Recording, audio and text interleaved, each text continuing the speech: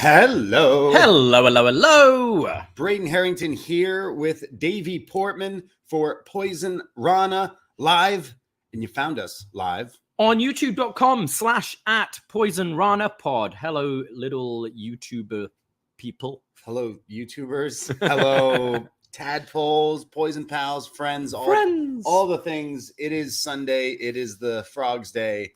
And the boys are back in town again. We are home. Yes. We are home from the United States of America, now back in Canada. In one piece, kind of. The world seems to be okay again. You've got your voice back. My voice is back. The sun is out. The Blue Jays are playing. Everything's just beautiful. It's beautiful. Just great. I went for a lovely walk this morning, and I was like, I've got some time to kill. I had a Caesar before this show. It was fun explaining what those were to Americans just a week ago. Yeah. Because there was a few times where some friends were like, so hungover, I could use a Bloody Mary. I'm like, that sounds so wrong to me as a Canadian. And I'm sure it's the other way around. They are like, what I prefer about a Caesar is they're thinner. Like really? The thick, like the consistency of the drink. Okay. It feels thinner. Like a tomato juice is quite like thick. Yeah. As a drink, but they do the trick for sure. Yeah. So it's Sunday, and there's a lot going on. We are back from WrestleMania. Check out up next from this past weekend on the post wrestling feed, where we dived into our whole trip and then chatted about some NXT as well.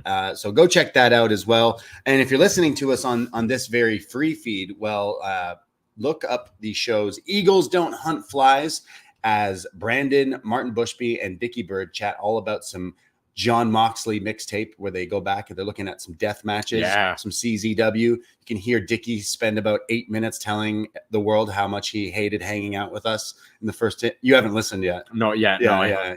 He hates us. He hates us? Pretty much, yeah. Is he done with us? He's like, that sucked. Really? Yeah. So thanks, Dickie. Oh, yeah. That's nice. Yeah. So go listen to that show. Yeah.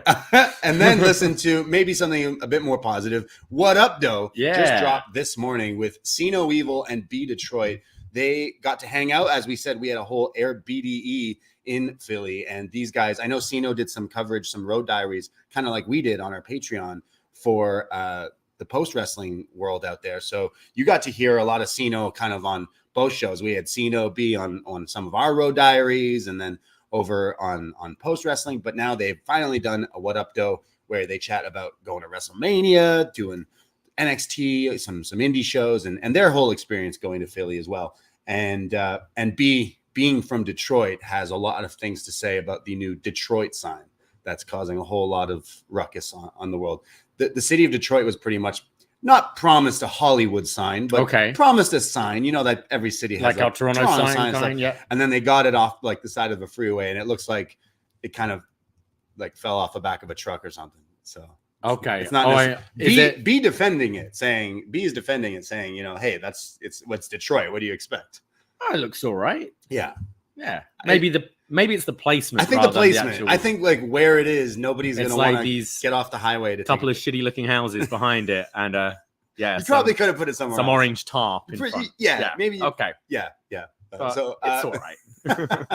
So check out Wattup Doe as well. They had a ton of fun and jokes to be had, and some thoughts on the Drake, Kendrick, J. Cole beef, and I don't know, really Drake versus a million people. So they go into that as well and discuss some AI. So check out those free shows over on this very feed. If you're listening to us on YouTube, maybe one day we'll get them on YouTube. I know they want to do videos, so we'll set up some Wattup Doe lives in the future, as well as Eagles, because I think that would be pretty cool too. So, but big week for the Eagles Don't Hunt Flies lads, because they also chat about how they're gearing up to watch John Moxley versus Naito, and they predict that their boy Mox was going to get the job done. And spoilers, he does. He does. We might chat about. We'll be getting into that as well. Yeah.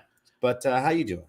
I'm good. Yeah. It's been a good week at work. The Blue Jays, as you mentioned, are back in town, which means business is picking up, as JR would say, which is nice, coming off the back of a trip where, spent a little bit of money. It's nice to get like kind of quick cash and making it back up. And been pretty good. Yesterday was crazy busy at work, and just been enjoying walking around, training. I've been climbing the steps. That's right. If you want to support animals and support us, we are climbing the CN Tower 1 week from today. Yeah. Are we going to do a show afterwards? No, I think we said last year we were going to do a show, and then afterwards we were like, this is a bad idea. So I think we'll say right now. And also it's Dynasty next Sunday as well. So we'll give our thoughts on Dynasty and the CN Tower climb on Tuesday, I think. Yeah, maybe we'll do a little bit of a climb diary. Yeah, absolutely. On the Patreon. Absolutely. We can do a little road diary sort of thing right after the climb. But yeah, I just climbed up the stairs today of our condo before going live, and it's starting to get easier, which is good.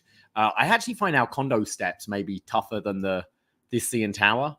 I think because one flight is like 2 sets of stairs here, whereas I think the CN Tower, it's like they're shorter flights of stairs, maybe. I mean, so like the CN Tower, for those, I'm sure everyone kind of knows what it is, but the inside of the stairs doesn't like, it's not very visually pleasing. Oh, no, not at all. There's no windows. It's just a very tall, at one point, I don't know if it still is like one of the tallest structures in the world, but it's just stairs is basically what that long shaft. I just no windows. It's just steps. So we will be climbing these. I can't remember the exact amount of steps or flights, but it's an insane amount. It's 144 flights, 1,776 stairs. That's recorded, but then once you like clock out, you got 10 more flights of stairs to go afterwards. Yeah. Do you remember? Yeah, I remember that. Which I think it's sensible, actually. I think it's to force you to warm down. So you don't just like finish and just lie down and seize up and whatever. But yeah, we're doing that a week today, early in the morning. So please go to postwrestling.com/WWF to get yourselves access to helping us out. Yeah, and the animals. I think we're about $30 off now from our target. We've had a good push the last week. So if you're watching live and want to throw something our way, you could be the one that pushes us over and helps us reach our target. So do you remember your time from last year? I mean, you've got it on your shirt. I have it on the shirt somewhere, but I'm pretty sure it was like 30 minutes or 31, 30, 30, 33, or like 30 minutes, 33 seconds or something like that. Or I'm pretty sure it was like just around 30. So I want to beat my time. What was yours? Mine was 18:20. Wow. Even if it's by just 1 second, I'm determined to beat my time. Yeah. What I find difficult as well is obviously it's like strenuous. It's like constant like cardio, and it puts a lot on your like your quads and your thighs. But it's trying not to go dizzy because you're going round in circles. And as you said, everything's like just gray and looks the same. I remember at times people were puking last year. I remember at times I was like closing my eyes to try and like reset. Yeah. But yeah, it's gonna be us, the lads, with John and Way and Samuel L. Jackson and Jesse from the Six making the climb this year. Yes, not the actual Samuel L. Jackson. What? Our Sam Jackson. Yes, Scorpio Sam. He'll have to carry me up. I think like he's the most in shape. He's like a fighter. So, but he blew out his like quad, something like his that. ankle, his knee, wasn't ankle. it? His knee or ankle. So you have the up on him. Yeah, I do have a bit of competitiveness in me. Yeah, I feel like it would be him trying to maybe beat everybody. Yeah, I'll definitely be last, but he's also not good at heights. True. Apparently. Yeah. He doesn't look out our window when he comes over. No, because we're on a high floor. Yeah. But yeah. I definitely, in our group, will definitely be last, but I'm okay with that. I think you're right, as long as I beat last year's thing. But even by a second. Yeah, good. Yeah. So this year, I've done it once before. This year, I'm going in with performance enhancing. My pre-workout mix. This year, I'm taking I have asthma. So like last year, I had my blue inhaler on me. So like I did it like every 10 minutes, I needed to like take my puffer because I was fucking climbing stairs. I was dying. This year, I got the purple puffer. Asthma people know what I'm talking about. I got the purple puffer, the disc. I'm going to pop that shit like bubble gum. And it's just an inhaler, but I'm going to take that before I use it this time because it's just a more smarter thing to do. It'll actually open up my lungs and allow me to stop taking as many extra like breaks as I did last year, which eventually added time on my thing. So I'm going to do that. But then you also brought up that I should take your pre-workout mix. Yeah, I've got a pre-workout mix. It's like fruit punch flavor, and especially if you haven't had it for a while, it's like don't have it and coffee. There is caffeine in it. Okay. I've never taken cocaine, right? But I imagine it's similar to this because it gets you jittery and like wired, and you're ready to just run and things. So I think having some of that maybe like 30 minutes before the climb, and then we'll be whizzing up there. I'm going to keep climbing. Yeah, Way's going to be like, where's Braden gone? I'm going to be climbing that CN Tower like, where the fuck is Drake? I'm just gonna whiz up it. So we're currently $712 raised, which is fantastic stuff. Our goal is $750. So we're very close to our target. So yes, postwrestling.com/WWF. Easy to remember for us wrestling fans. And every little helps, as they say. Yeah, it's legit held by WWF. Last year, I'm sure it will be the same this year. They had like the people in the outfits and the costumes, and they also like you can get, because you do it, you have to pay a little bit of money. You get a t-shirt at the end that they put the time on, and they usually give you like all these little gifts, but we're nice guys and we donate our gifts back. So in doing so, please, even if it's $5, $10, postwrestling.com/WWF. I'm looking forward to getting another t-shirt. They're great. They're t-shirts. nice. Yeah. I've worn that shirt so many times, and so many people came up to me being like, that shirt's awesome. And then they didn't even know that it was the climb, because it's just the classic WWF. Yes. And again, as a wrestling fan, it's pretty great. So get to have another one of those, which I'm very, very excited. But yes, we'll be doing that next Sunday. We won't be going live on Sunday, but we'll then, I'm assuming, have some peeps over for Dynasty and watch that, because that card looks pretty good, and we'll talk about that as well today. So another thing, I gotta shout out Dickie Bird, who as miserable as he sounded on that show. No, I'm scared. No, I'm joking. Like, is our relationship over? Now I'm just blowing smoke. But he in Philly, he went to the Lapsed Fan event and with Brandon, which looked like a ton of fun. And oddly enough, Dickie ended up winning the Terry Funk branding iron that the Lapsed Fan guys got from Terry Funk's estate sale. And he was like, how am I going to fly with this back to Australia? So then he gave it to John Pollock mere hours before Pollock was supposed to go to Mania. So what the hell is John supposed to do with it? And I said, well, I'm driving back with the buddies. We can take this home. So I had a great Uber ride, getting in the front seat with a fucking branding iron and trying to explain, like, I'm not crazy. Yeah. So now it is in our possession, in our house over here, the Terry Funk original branding iron. Shout out the Lapsed Fan guys, because that's just insane. We should definitely hit them up to do a show in the future, because this is just crazy. So right now in my possession is the Terry Funk branding iron. And Pollock, I'll get it to you when I see you. You know? Yeah. No rush. You know, are you smelling it? Smells good. Just smells like all the blood like, and. Well, it has got like it's got that like blood iron smell to it. It's fantastic. Yeah, it's pretty hardcore, and we're pretty ecstatic to have this random branding iron in our apartment. And one day I'll give it back to John. But as for now, it's gonna hang out. We'll have to brand us all first. After the CN Tower climb. Like, that's kind of sick. Have a good branding. It definitely crossed my mind. I'm like, am I a sick fuck if I like want Terry Funk's branding iron like branded on me? I think I would be if I chest. Yeah. Oh, right. It's not that giant, but yeah. So shout pretty big. Yeah, it's pretty big. So shout out those guys. And another thing, shout out to videographer Sean Ryan from WWE, who came up to me at WrestleMania and was saying that he loves the podcast. And I said, no, you shut up. I love your work. Really? And I love all the stuff you've been doing. I'm not sure if he'll hear this, but man, he was a genuine nice guy. Wow. And we have been talking about his work for quite a few years, even before since like the OTT stuff. Yeah, before WWE. So that guy is awesome. And I was asking him kind of what stuff he was doing over the weekend. He said he was working on some stuff, and it just I want to share the love, because that guy has been killing it with WWE. So shout out to Sean Ryan. And then I think that's it. Bit of housekeeping. We just released a brand new episode of Was Next from March 20th, 2014, the episode of NXT, talking about Sasha v. Bayley 2. No, we're not talking about the Iron Woman match on NXT. We're talking about legit their second match ever on NXT. Talking about that. We're kind of on the road to WrestleMania 30. So nice discussion all about NXT from 2014. And then this week, we're finally going to be doing our Poison profile on Paul Heyman. So we're going to look through the entire career of everything this guy has done, every check that bounced, every time he's showed up with a new wrestler. From photography to WCW to ECW to multiple firings, Curtis WWF. Axel. Yes, and if you don't like that, you can suck my fucking dick. Clearly, you've watched this Hall of Fame speech now. Yes. We will be recording this on Wednesday, so get any feedback in for all the Paul Heyman love, and we're going to go through his entire career. So that'll be out later this week on the Patreon.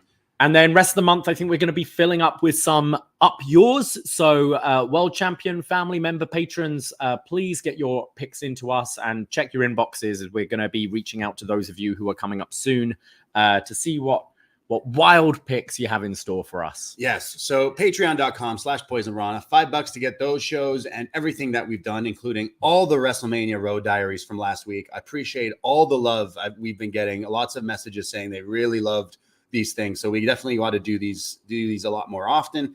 And all the other shows that we did, including the reviews of Rocky, Mania 15, TakeOver Philly, etc. etc. So thank you everyone for supporting. It's only $5 to become a patron, and you can access all the shows. Yeah, all the shows out there. Someone recently was like, "Hey, did you guys review Lost Boys?" I was like, "Yeah, it's in the archive." He's like, "Gonna go find it." It's got to the point where there's some things I'm like, did we review that? We're becoming like John Away, where we don't even remember what we're reviewing sometimes all these years later. But yes, so we will be doing lots and lots of more shows, and the shows never stop. We'll be back on Tuesday with Up Next, but it's time for them to release the CCTV footage of Gino's steaks from every night last week. Oh boy. I don't know how. I lost 5 pounds. Oh.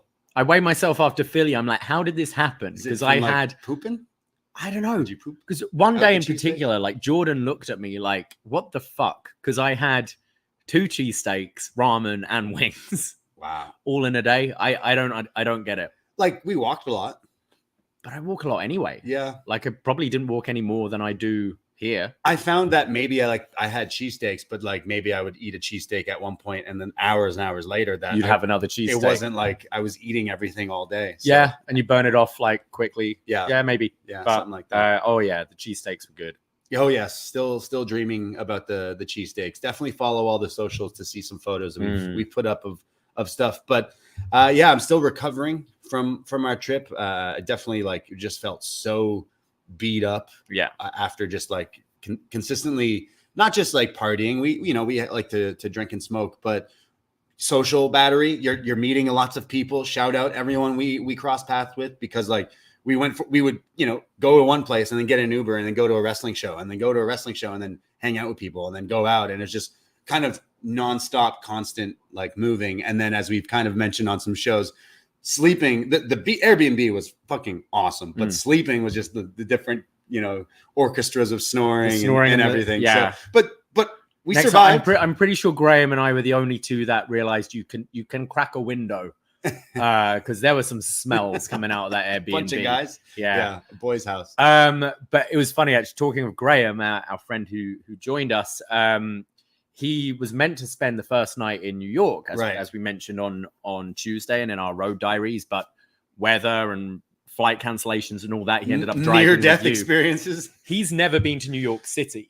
So we took the train, the Amtrak from Philly to New York, and then had 3 hours in Manhattan before going to Newark for the flight. So had a quick 3 hours in New York. Jeez. What do we do? A New York minute. It was Times Square. We got a chopped cheese. We went to Rudy's. We had a couple of beers and a shot. Nice. We had a New York slice. He's like, I just want to see the Empire State Building. It's like, there it is. And then we hopped on the train. Wow. So yeah, New York in 3 hours. That sounds maybe you'll have to convince him to go there again. I think it won't take much convincing. Yeah. To go to New York. Maybe Forbidden Door now that it's Long Island. Yeah, Forbidden Door or a Full Gear. That's right. Yeah, exactly.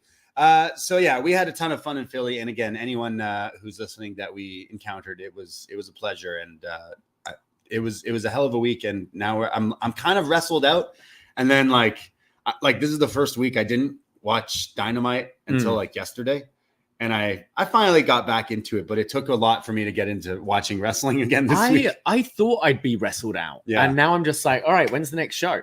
When are we going? When are we going somewhere else? Like they've announced a Buffalo Dynamite. I guess we got to go to that. Yeah. Money in the Bank tickets. I know people for Toronto are looking at those. Yeah, little scared at the prices for that at the moment. Yeah, pretty expensive for Money in the Bank. SmackDown and NXT. I mean, the product's just so hot right now. Realistically, they could probably fill the Rogers Center with Money in the Bank if they wanted to. Yeah. So when there's high demand, high ticket prices, unfortunately.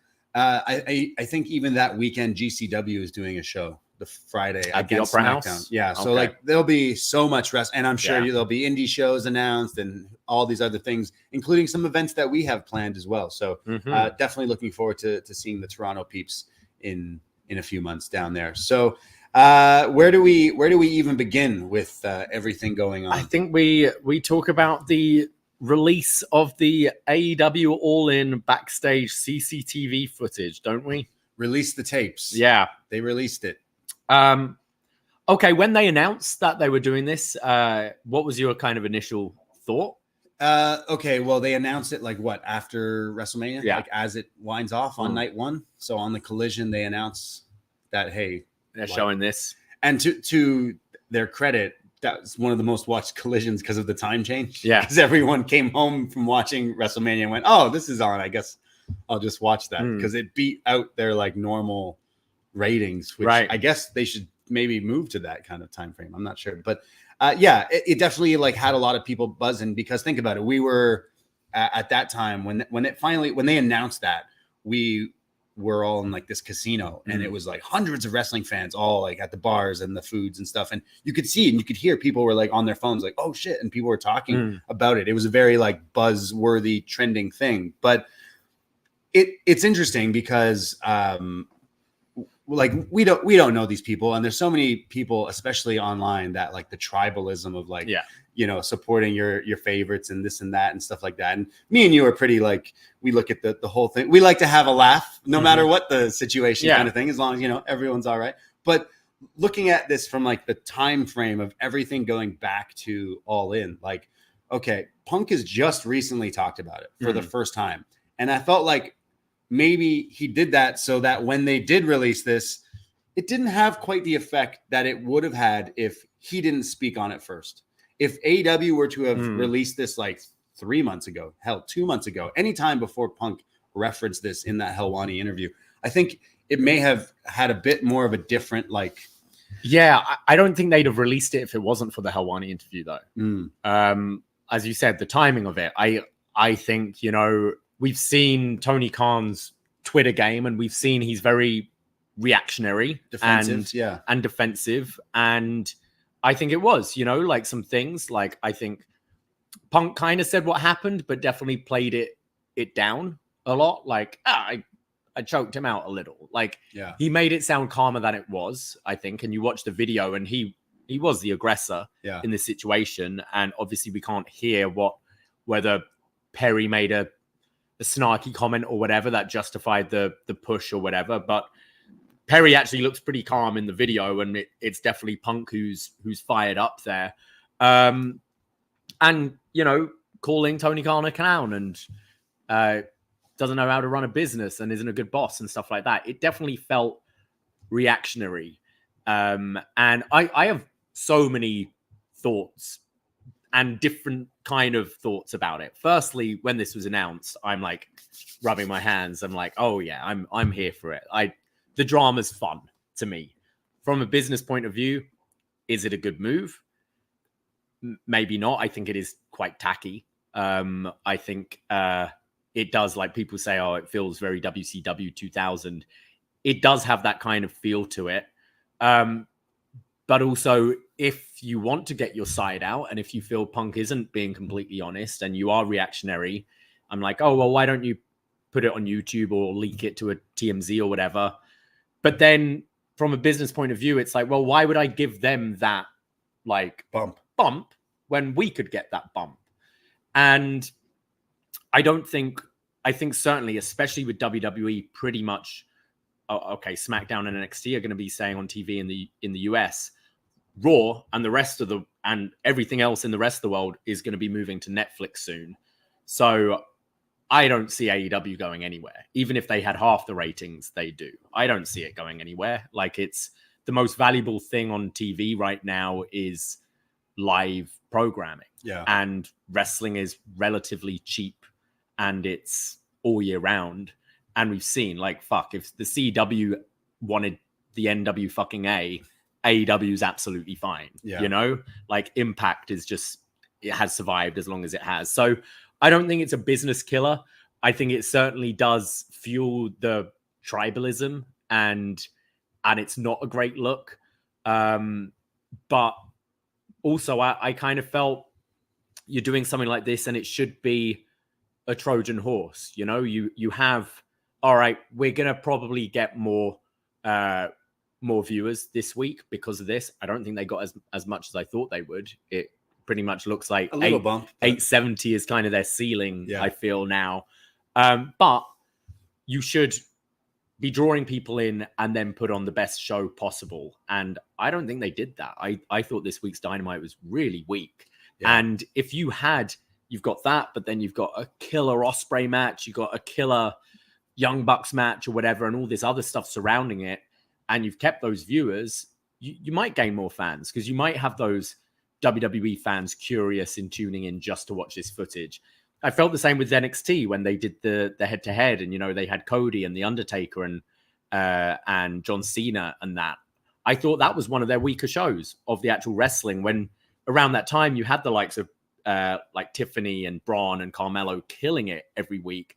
And I thought that was a weak episode. So I kind of felt like they failed on that behalf, but I wouldn't go as far as like, AEW's dead. Like, cooked. It ain't going anywhere. As long as Tony Khan is passionate about this, like it's not leaving. And even if it were to leave Turner, another network would happily pick this thing up. Yeah, absolutely. I don't come off this thinking this is the end of this company, but that's just what conclusions people like to jump to. But you do, as a viewer, just watch it and go, that it was just tacky. I thought. Yeah. Again, I think if you had done this beforehand, there would have been so many because then Punk would have to like defend himself. Yeah. Whereas this Punk seemed pretty genuine of like, yeah, I choked him a little bit.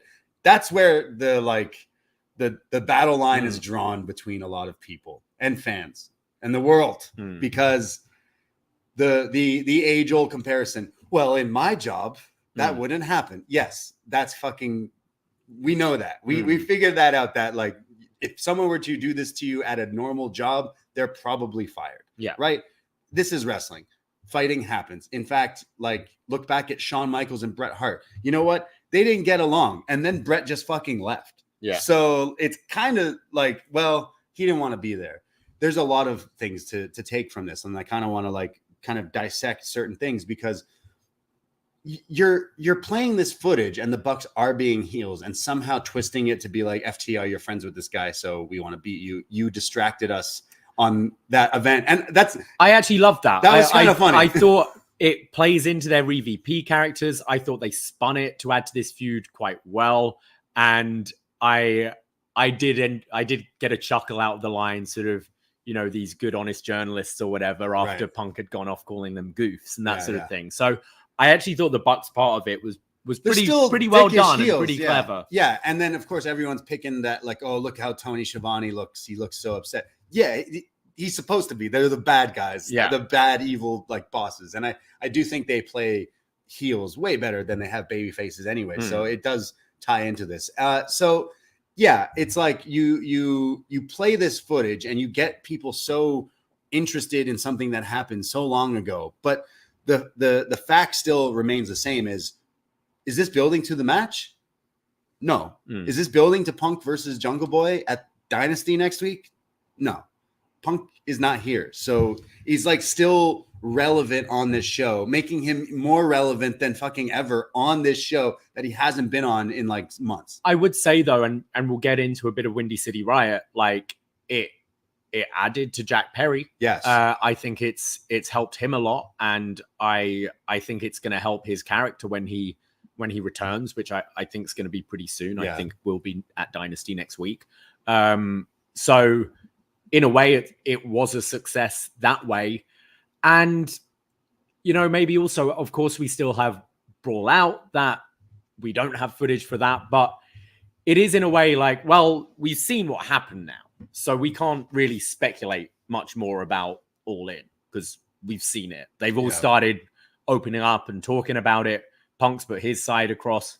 We've seen the footage. So in a way, it does at least kind of end the conversation about All In, because what's left to speculate about? There's still speculation about Brawl Out. Yeah. Was it really Ace Steel that bit Kenny, or was it Larry the Dog? You know, like there's other like bits and bobs there. Did the Bucks kick the door down? Whatever. But as far as All In goes, it kind of is a conversation ender. Yeah. Sort of. Well, but then that goes back to this line that the fans and everyone is like siding with. Okay, so it's wrestling. So therefore, a guy getting into a fight with another guy is fine and is normal. To a lot of people, that's how they view that. To a lot of other people, watching this footage was like, whoa, Punk, what are you doing, man? Yeah. Like you're legit looks like you're lunging at who we can speculate is Tony Khan. Knocking over the monitors as was reported. Right. And like, all that. Yeah. Like for me, actually, it's that clip that is the most damning for me. You know what? Putting a guy in a sleeper hold, it's fucking wrestling. I watch Dark Side of the Ring every week. They tell me some crazy shit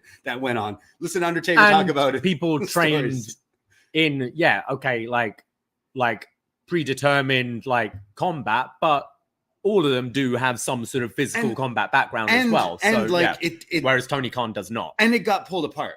And it got like separated very, very quickly. Joe was like right on that. And luckily Samoa Joe, being huge, was able to like get in between these guys. But it's Punk legit lunging at Tony, which is like, yo, what the fuck? Yeah. Like, what are you doing? And in hindsight, it's like, he probably just wanted a reason to be gone so that he could go make more money. He pretty much said that in the interview. He didn't like after Brawl Out, he wanted out of the company and he thought Collision was a bad idea and all that. Yeah. So I just look at this like, okay, Punk, you kind of come off as a dick. We all already know you're the dick. You're the lovable dick that people just seem to really still love and appreciate. And look, he came across in the Helwani interview like pretty genuine and like, hey, like they didn't want me there and I tried and I'm gone. Right. So I kind of see that. But now I see that, well, you also like, doesn't matter what Jack Perry said to you. He's literally flicking his hair and you shoved him.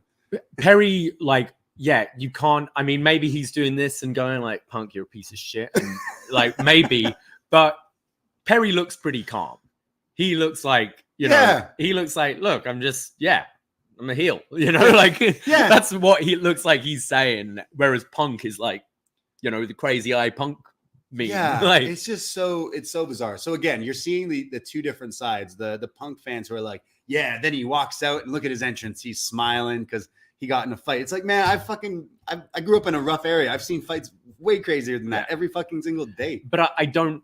It's also, it's not going to change anyone's opinion, really, is it? Like the people who are supporting Punk think Punk comes off well in it. The people who don't, don't. Exactly. And the people in the middle are like.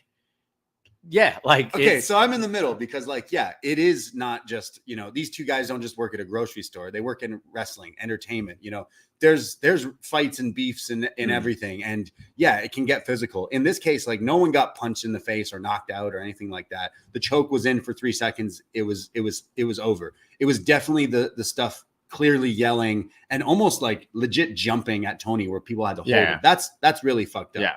Okay. So then Punk is gone. But the issue is still the Young Bucks. It still comes across that maybe they not wanting to work with CM Punk was a big mistake because now you have Kenny Omega coming out in his like Twitch streams. He's been hanging. He's been recovering. Hopefully he gets well soon. Can't wait to see him back. But he's been kind of giving little bits and bobs about wrestling and he's been very like vocal. And even today coming out in some of the stories on some of the wrestling sites is like praising Roman Reigns and saying he's been a fantastic champion and like one of the best to do it, which is great seeing someone like talk about a different company that he wasn't in. But something Kenny said just recently was talking about Larry the Dog and bringing up like, hey, actually me and Punk have no issues. Me and him have actually talked and cleared the air. It's actually something else that I can't deal with. So it seems that even Kenny Omega, like the guy who just loves playing video games and playing with his cats, is like, hey, actually, I don't have any. I wanted to work with him. You get the impression as well from that press conference, like now we know everything after that Punk was talking about the Bucks and not necessarily Kenny as well there. Like, I think there is a sort of respect between the two and a willingness to work with each other. So it's just so bizarre because, I watch this clip with the Bucks playing heels. Like, all right, play the clip. And then it's all I'm thinking is, this would be so good. This would be fucking great if this was going towards CM Punk versus, Jack Perry or Bucks and, like something, but that's not the case. So it's like a little bit too late, and not saying that's the sole reason why people aren't showing up to these shows. People aren't watching these shows as much, but like you dropped the ball somewhere along the lines, whether, you hate this person and you can't work with this person. And it costed you a lot more than, like, you can't just bring in Okada and Ospreay and think everything's okay, because I don't like doing ploys like this is like just something that's not going to help them in the end game, because now I'm just going to be like, hey, when's Jack Perry's contract with AEW up? Because WWE would make a lot of money using that in storyline. It sounds like Jack Perry and Punk don't even. Yeah, like, I mean, in that interview with Punk, it was like he didn't seem overly negative about Perry. He's just like, it sounded like, man. He's talking to this kid, like, come on, man, why do you gotta be acting like this? But from as well, like John Smith in the chat saying, I don't think that was really a lunge at Tony, more of him yelling at Tony. Whether it was or wasn't, I think what you got to remember, this is happening seconds before, quote unquote, the biggest wrestling event of all time. Yeah, their biggest. And from that point of view, I think it's just selfish as fuck from Punk's point of view. Like, do you really need to be clearing this right now about one line said on a fucking pre-show? And you were watching it when Joe looked like he was getting ready for his match. Why weren't you getting ready? Like you're going to bring this up now. Like, Tony Khan is like getting ready to produce the biggest wrestling show of all time, and you're doing this now. Like, yeah, okay, you get heated and stuff, but I think it's really disrespectful to all the other performers there.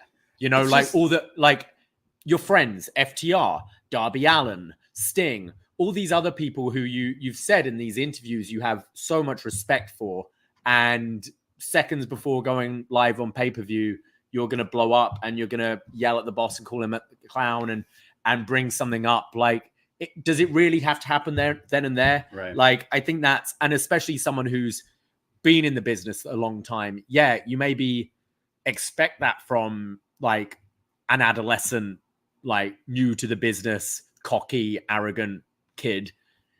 From like someone in their fucking 40s who's been in this business for 20 plus years. All he used to do. I know. Like, he made his career, he made his fucking name doing this shit. Old CM Punk and Jack Perry doing this glass shit on camera, they'd be best boys, because he used to do this kind of stuff all the time. But it's just, I think Punk just comes across like very hypocritical a lot of the time. He's losing his mind because Hangman jeopardizing a potential $1 million gate. You're jeopardizing potentially the biggest show of all time here. A sold out, nearly sold out Wembley Stadium, and you're gonna air these grievances right now. Like, it's not cool. And it's again, like I see it from, this guy could be very angry at this guy, but it's like, really enough to like legit shove him, cool. Like, even Kenny Omega said, like, actually fighting happens a lot. There's other fights that haven't been reported in the history of WWE and AEW. And there's a lot of other things beefs that get squashed eventually. Like, right. Like Blue Meanie JBL, what I mean? Like, shit happens, but Jericho Goldberg, so it's just like, it's you still were a super aggressor in this. The fact that you like, I just put someone in a chokehold, it's fine. And I can see people being negative to that. Something funny that comes out of airing this CCTV footage, Chris Hero catching a stray, because he just reacts like most of us would, just putting his hands on his face, like, what the hell is going on? Yeah. And then, of course, that screen capped, and the memes are great. I'm not innocent of making a few myself, but shout out Chris Hero. I love you, Chris Hero, because he's just like, fuck, like, come on, we're at Wembley, we're about to do this show, like, what the fuck? Yeah. But then also Hook the whole time is like, what's going on over there? He doesn't do anything. He doesn't give a fuck. No. He's just watching like, He's Googling where the nearest Rippers is, isn't he? Near Wembley. Like, I can tell you it's in Camden. That's weird. I mean, so we have the CCTV footage of this, but like, what's next is we need the CCTV footage of the Nando's nearby because I want to see angry CM Punk going into that fucking Nando's, and I want to know if he really does eat the spicy sauce. Yeah, I want to know what their heat level, all of them is. Like, he had a lot of heat. I mean, that would be a great segment. Just go up and down the AEW roster and assign them. He looks like a lemon and herb. Oh, he's a triple X black bottle. Yeah, the double X for CM Punk. I don't know about that. But you mentioned that Kenny Omega stream as well. There were some interesting things there, and I personally maybe do see it likely that he would end up in WWE at some point. Like obviously his health issues are actually pretty serious. Like I can never say it. Diverticulitis is like a pretty serious issue to have. But yeah, I think the fact that he just wants to wrestle, he wants to make money. Him kind of saying like the EVP titles are a bit of a joke. Like he hasn't done anything in an EVP since. He's not an EVP. And like he said, like I wasn't good. Like I don't know why I was. I don't know why.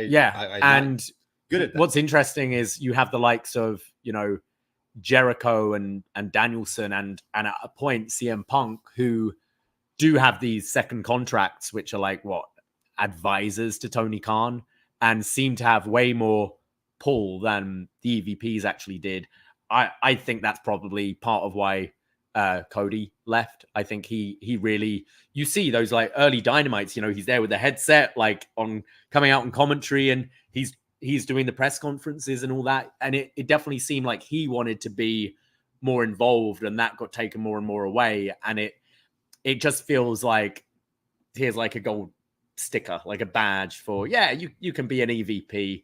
And I just found that very interesting. And he's like, it means shit. And that's kind of what we've been all saying, but we're wondering what they do behind the scenes. And I'm interested to see, like, again, like Kenny is my favorite, and to hear him kind of explain some of these things while on his streams is interesting, because a lot of people are picking up on these things. Him mentioning Larry, he kind of says like, hey, I love animals, and like I want to make it clear that like I didn't fucking fight no dog. And in fact, it sounds like he was trying to be like, whoa, people are fighting? Wait, there's a dog. I better save it.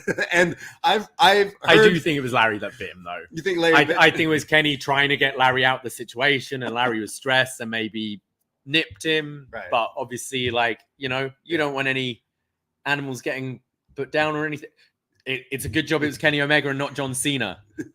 What? Do you remember that Total Divas where the dog bit him? Brie and Brian's dog nipped at him, and he's like, that dog's gonna go. And they're like, what? He's like, yeah, he bit me, he's gonna go. They're like, we're not putting down our fucking dog. Like, right. Yeah. I mean, maybe that's it. Maybe the Bucks were like, look, and Kenny's like, guys, no, that's mean. I think he comes across pretty genuine, and maybe he'll say some more things down the line. He's only started doing this, so yeah, more to come from him, and he comes across very genuine. And as a fan of, like, look, I'm not some of these people that I see. In fact, even talking to WrestleMania Weekend, talking to some strangers and people, man, there's some hardcores who are like, fuck AEW, Tony Khan should die, or like WWE. Like, there's some real hardcore, battles there. But to me, it's like, man, I just like good wrestling. I can be a fan of the Young Bucks. I can see that they may have messed up in certain things. Same with Punk. I think he did some things I'm not a huge fan of. And then there's just Kenny, who wants to play video games and get better and hang out with his cats. So yeah, I mean, you get the sense maybe a lot of it is like a loyalty to Colt Cabana, but is Colt Cabana a hill you want to die on? Like, I don't think so. Yeah. So it was interesting. Was it WCW 2000 levels? I wouldn't necessarily say that. In fact, most people watching these shows probably don't. Maybe people liked it. I don't really think I saw a lot of that discourse, but it came across as just bad guys doing bad guy things, heel as shit to try to somehow weave it into FTR's friends. And again, I just think the opportunities of how much interest has been since the original Brawl out, of the storylines and drama behind the scenes are more interesting than the storylines that they actually produce. And therefore, just imagine, and this will be something wrestling fans will continue to go and say, is in this other universe that it did work out, and that it did draw a lot more people and interest, and that you were able to weave in some things and work together and make some money and some entertainment for the fans. And instead now it's just like, it's a big what if, and it will always be a big what if. I mean, Punk's just making that money with Drew. Exactly. You know, Drew. And like when Punk signed to WWE, is Drew McIntyre a first feud you thought A, we'd get, and B, we'd want? Yeah. No, but like I'm interested in that. You know, they're making that work. But yeah, I just thought I was disappointed with the rest of Dynamite this week. I think you look at Dynasty, that card looks awesome. That's a really strong card. Yeah. But you watch Dynamite, and I don't really think they promoted any of it too well. And it's not until they start flashing the graphics up, you're like, oh shit, yeah, this looks like a good show. It does. But I think they completely dropped the ball. This was a stunt to like boost viewership, and the rest of the show just didn't hit for me. I thought, you know, I found the Ospreay thing weird. And okay, so that's another like WWE shot with the line against Triple H, right? So Triple H at one of these pressers made reference that Ospreay just couldn't handle the grind, right? So I think it's because Ospreay doesn't want to uproot his family. Yeah. And if he's going to the States, it's obviously you're doing the house shows, you're doing all that, whereas he can make it work in AEW for now, where he can fly back and forth once a week. And I think Triple H sort of said, he's not willing to do the grind, and like that would have irked Ospreay, like especially Ospreay. Especially, how much this guy does like US, Japan, and UK all in 1 week. The pandemic. Just hearing him explain the pandemic. I would say he is number one, the grinder. Because hearing the experiences this guy went through just to make sure he still wrestled for us. Yeah. Because he could have just went, actually, no, I'm rich. I don't need that. Yeah. He still did it. So like, I totally get that. I think this is just playing into the like everything going on, and maybe he did feel a little slighted and for sure to make a joke. Like I don't necessarily, especially since they started the promo with like TV time's expensive, and you go, okay, I'm ready now for Triple H versus Will Ospreay. Yeah. You know, coming out with this promo, and then you go, oh yeah, he's facing Danielson in a week. Right. Like in an interview, get that off your chest, maybe. But I just thought, like, it should be Danielson coming out and being like, a lot of people say you're not ready for the grind. I agree. You're not ready for this grind, and I'm going to be. Exactly. Like I clawed back from retirement and all this. Yeah, I didn't think it was effective use, and especially when he's saying, you know, like I fly to Dynamite every week and then fly back to the UK. So sorry. You flew to Dynamite this week, all those air miles, you flew to stand on a stage with your back to the audience for 2 minutes to get a shot in against a guy you'll never face because he's got heart problems and has retired and works for another company. Like, maybe if you're flying that way that long, try to promote your match or wrestle. Right. Yeah. I think Ospreay sounds great. Like I thought he sounded great in this promo. I just don't know how it's that overshadows the rest of the promo. It is. Yeah. It's you forget, like it's not Danielson Ospreay I'm coming out thinking. I'm thinking of this little beef between him and Hunter. Someone in the chat here, shout out Chris Jones, who says the line should have been run past Renee first. She looked a little uncomfortable as he said it. I did think that as well. It wasn't quite Kanye West next to Mike Myers at the George Bush doesn't care about black people. Right. But she did look genuinely like, I am kind of friends with that guy, actually. And I, one day might. Yeah. So, and one day, you'll probably work for him. Yeah.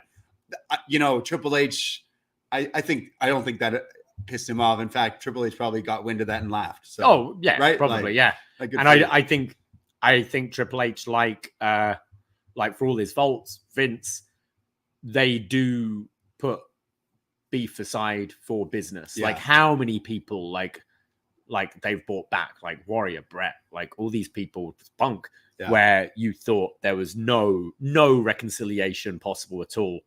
Pretty much everyone they've had issues with have ended up going back there and reconciling one way or the other. Yeah. So I I see Ospreay landing there. He's still young as well. Like I see him doing the AJ Styles thing. Like once he can like adjust his style to like tone down a bit, still be spectacular, but he'll end up there eventually. Yeah, he'll have great matches when the kid's a little older and like ready to like make the move. And yeah, Will Ospreay versus Kenny Omega at WrestleMania in like 5 years. Absolutely.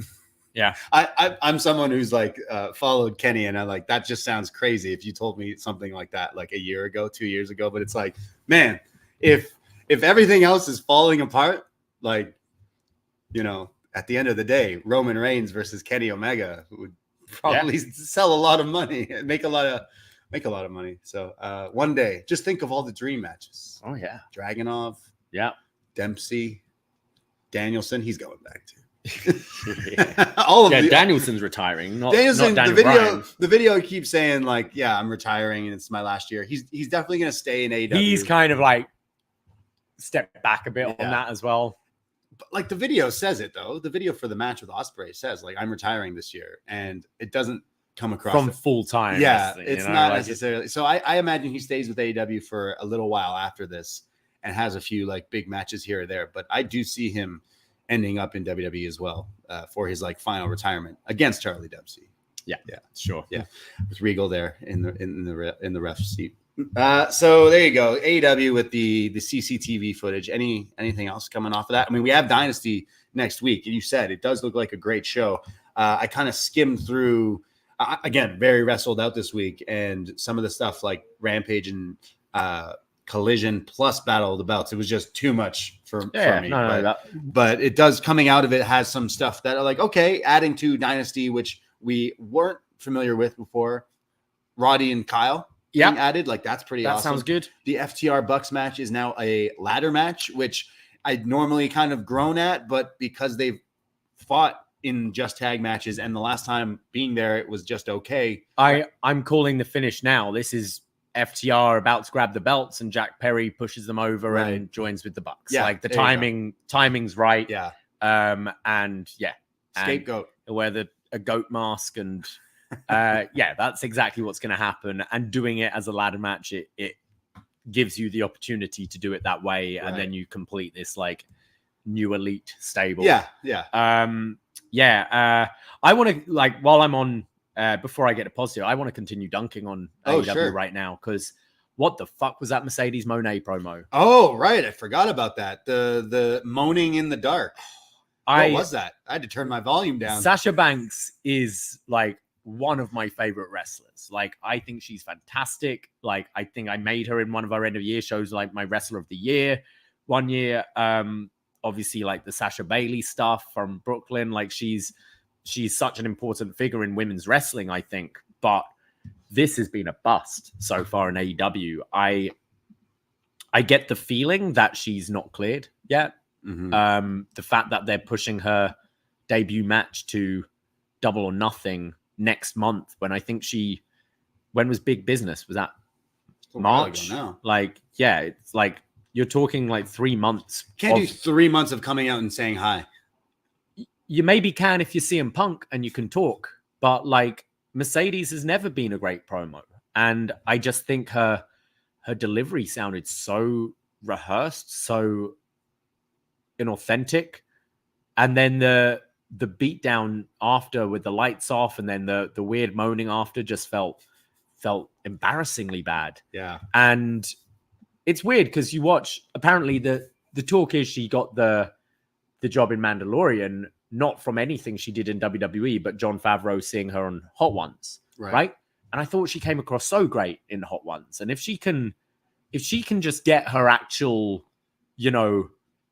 Mercedes Venado, like the actual real woman person, how she talks in real life, whereas it just sounds like she's learned every single word from the piece of paper she's been given, and she is the CEO, and it's not working. And I like, especially your first match is likely going to be against Willow, who is such a natural baby face. Like, I turn her heel now. I turn her heel right away. Isn't working at all, and they're paying her a lot of money. Like she's going to be one of their highest paid stars there. And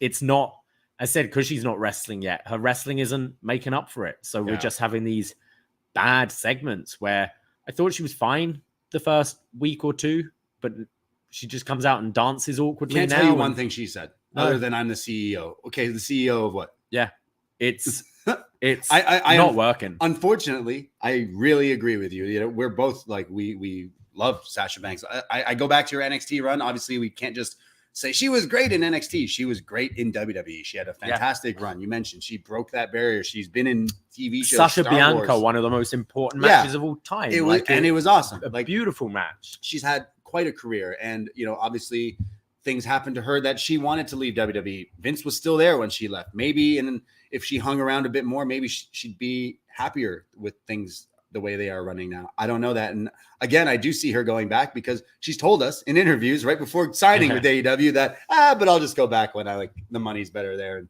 maybe Charlotte's not there or something. But this has been like a complete bust because it's like you come in and you haven't wrestled. Like we went to the Dynamite in Toronto after Big Business, the week after.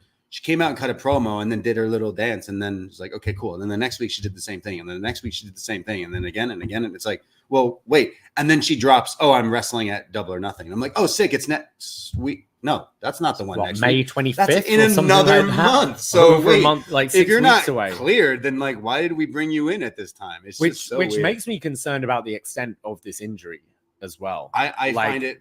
I think this has been a complete bust because also we've been to a few AEW shows in the last little while, and like, are they selling like the shirts, the merch? I guess that's where they're gonna try to make their money back. But knowing how AEW runs their merch, like they're gonna fail miserably at that as well. So I just think that like it's not working. It's Tony Khan like not thinking things out, wanting to pop a number just because they're in Boston that week. Like, yeah, having Punk debut in Chicago, having Mercedes debut in Boston, it's a great idea. But you telling me Mercedes wouldn't get a great reaction if her debut was in Toronto or like Seattle or like anywhere? Like, she'd get a huge reaction wherever because it's Sasha Banks, it's Mercedes. Like, her debut anywhere would be good. And I think it should have been pushed back to after this pay-per-view cycle. Maybe have her debut at like her kind of like showing up should have been at Dynasty or Dynamite after Dynasty or something like that. You don't need to be so fixated on, it's got to be in Boston. Right. Like, look, it was cool and everything, but I can't even remember what she said in that promo because terrible. She's not done anything. It's just like, I'm the CEO. Okay, of what though? I don't understand. So yeah, I hope when she does wrestle that it's amazing and blows everyone away. But at this point, even if it is, I just don't think it was worth all this. Like it didn't live up to the hype, unfortunately. And that's again coming from we both like really we're big fans of her and her WWE career. We both have like some of her t-shirts. We got Sasha figures and stuff. Like yeah, like we were a huge fan, and it's definitely like not clicking in this week's promo. You're right, I completely forgot about it, but it was legit embarrassing because I oddly enough was watching it by myself, but so embarrassing that I had to turn the volume down because she was straight up moaning at the end of the show. And like, there's people in the hallway and I'm like, I need to turn this down right now. So like, imagine you came home and that was the first thing you heard. Braden, what are you watching? Yeah. I swear it's not what it seems. I'm just watching AEW Dynamite, but yeah.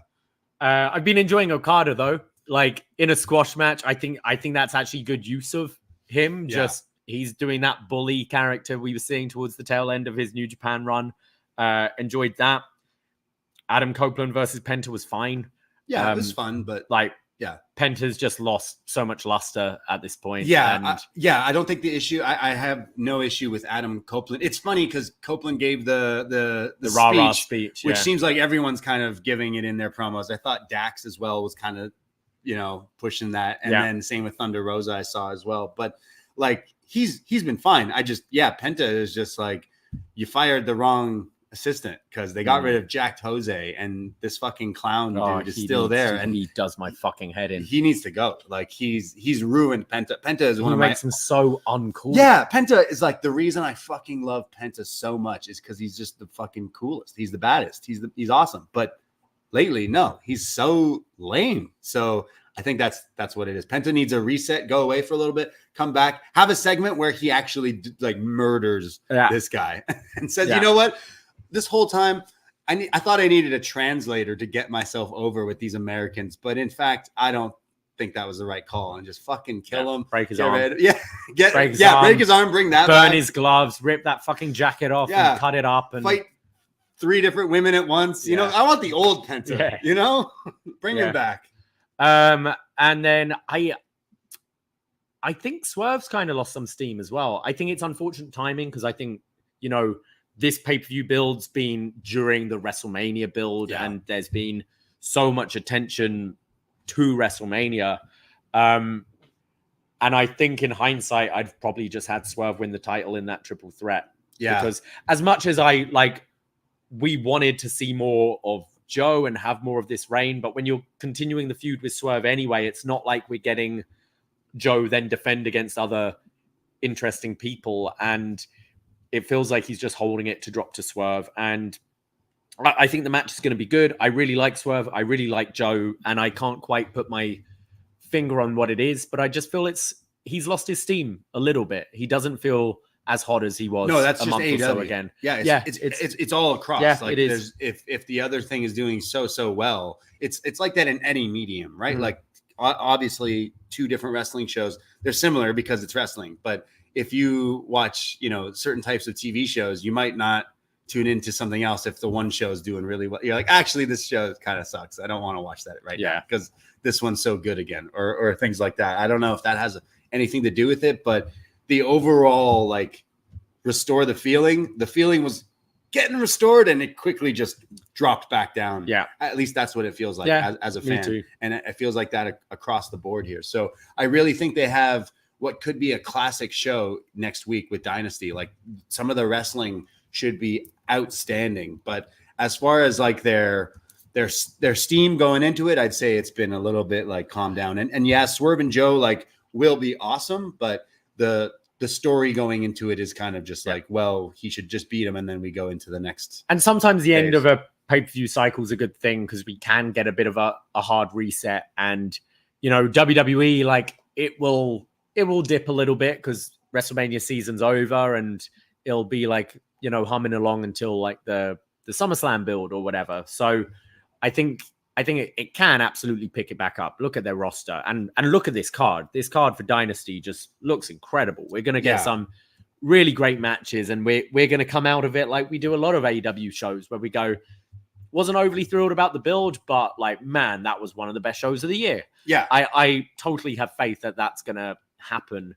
Yeah, let's go through some of these matches. I talked about how they've added Kyle O'Reilly versus Roddy for the International Championship. So, I mean, we've seen this match a bunch before Undisputed Era that then were teammates for a long time. So I think this could be pretty good. Oh, yeah, this will be a great match. And Kyle should just take the title from him at this point. Kyle has been a character that hasn't come back in any way, shape, or form with any buzz at all. You wouldn't know he was back unless you watch every second of AEW TV, because it's I felt like he's just shown up when this happened. This was on Battle of the Belts. I don't even know. I think there's too much wrestling being promoted with not a lot of steam behind it, and I think this match could be great though. Oh yeah, Kyle's come back. His character is how much Tony Khan loved watching NXT. Kyle's just returned from the woods is the character that he's become in AEW right now, and I'm not a big fan of that, but the wrestling wise, I'm excited to see because Killer Kyle is awesome, and when given the right opportunity, hopefully, because the last time we saw him before this injury, I remember, was it the Mox match? This is a pretty awesome match. I had the eliminator match with Mox. Yeah, he was doing some tag stuff as well, wasn't he? So I hope we get to see that Kyle O'Reilly back, and him fighting his buddy Roddy could be a great match. Another match added, Kazuchika Okada taking on Pac, which we kind of assumed would be added to the show, and just this could be great. It was funny. Pac's promo on Collision, he's doing one of his pre-recorded. Yeah. And he just goes, I'm not going to do the Geordie accent. I was going to for a sec, but he's like, people say you're the best in the world, but I think you're crap and I'm better. It's like, I know you hate the word crap, but it's like, yeah, he's not crap though, is he, Pac? Like, come on. I think you're crap. But yeah, I think this is a great first feud for Okada. When he came in, I think all of us would go, it's cool, but I'd kind of liked him in WWE because I think there's more variety of new, fresh matches. Whereas Pac is a fresh match, and Pac is someone, I think, unfortunately, because he keeps on disappearing for months on end, you forget how good he is, and then you'll see him in a match like this. I don't expect Pac to win at all. This is going to be an Okada win, but I think this will be killer. Yeah, this one should definitely be a show stealer. What else is on this show? We got Timeless Toni Storm taking on Thunder Rosa. Thunder Rosa coming back. I feel like maybe I'm not as interested in this character as kind of when she was super red hot. She's been definitely hit or miss, but when it comes to bell to bell, I think these two will actually put on a pretty good match. So like Toni, the character is still popular, but her wrestling is pretty good. So this should be good. This will be fine. I'm not completely invested into the feud. I'm not overly interested in Thunder Rosa right now. But while we are on the women's division, like I do find it interesting that like the same week as we see Julia with Rossi Ogawa front row at NXT, we have Mira Shirakawa on Dynamite, and we have Azumi on Collision. I'm like, okay, so now that door's fully open with Stardom, but the timing of it's very interesting. But I think it's a good thing. Like the Stardom, the Joshis are fantastic wrestlers and will absolutely like up the quality of wrestling within the women's division. They are like the wrestling already showing like they're kind of leagues above some of the wrestlers in the women's division in AEW. But then on top of that, you promote for a few days like, hey, tune into AEW Dynamite because we're going to show some security footage of two guys trying to get in a fight. When in reality, you should have said, look, Mina and Maria are going to kiss. Yeah. And it's going to be clipped a lot. Yeah. And no, very strong segment. One of the highlights of Dynamite. Yeah, honestly, like everyone's like, oh, WCW 2000. I'm like, I think we watched different shows. This is stuff they did in Stardom as well. Like it is a thing. Yeah. But then people just watching it like, what? Yeah. Again, you walk in, Braden, what are you watching? It's just Dynamite. I swear. It's just Dynamite. I swear. Yeah. So what else at Dynasty? We got Adam Copeland, Eddie Kingston, and Mark Briscoe taking on the House of Black. They're really teasing the Cope versus Malachi, but instead but we know we're not going to get a Malachi Black singles match. So yeah, because unless he's winning the title, Malachi ain't interested in that. Apparently, yeah. This feels a little odd. I think we haven't had Copeland here too long. He wasn't on the last pay-per-view, and then having him in a 6-man, I guess because he wants to do the open challenges on TV, so we can have this. You could promote that future big match, yeah. Yeah, I'm sure it'll be a good match, but as good as they are, I just am not interested in House of Black at all. I don't think they've done any job in making me interested in them because I think all of them are more interesting as singles wrestlers. I like the group. They could do a lot more. Like they are a popular stable, but there's something going on with like this guy and not wanting to. They did the thing where it's like, oh, people say you don't want to wrestle singles matches, so here's the match with Brian Keith. It's like, yeah, but that's not what we're fucking talking about. Yeah, exactly. Like be on TV, cut promos, be a wrestler. Where are you? How many, aside from Cody, name me another singles feud Malachi's had? Brian Keith, just that one. Yeah, match. I legit can't think of any. Yeah, it's bizarre in AEW.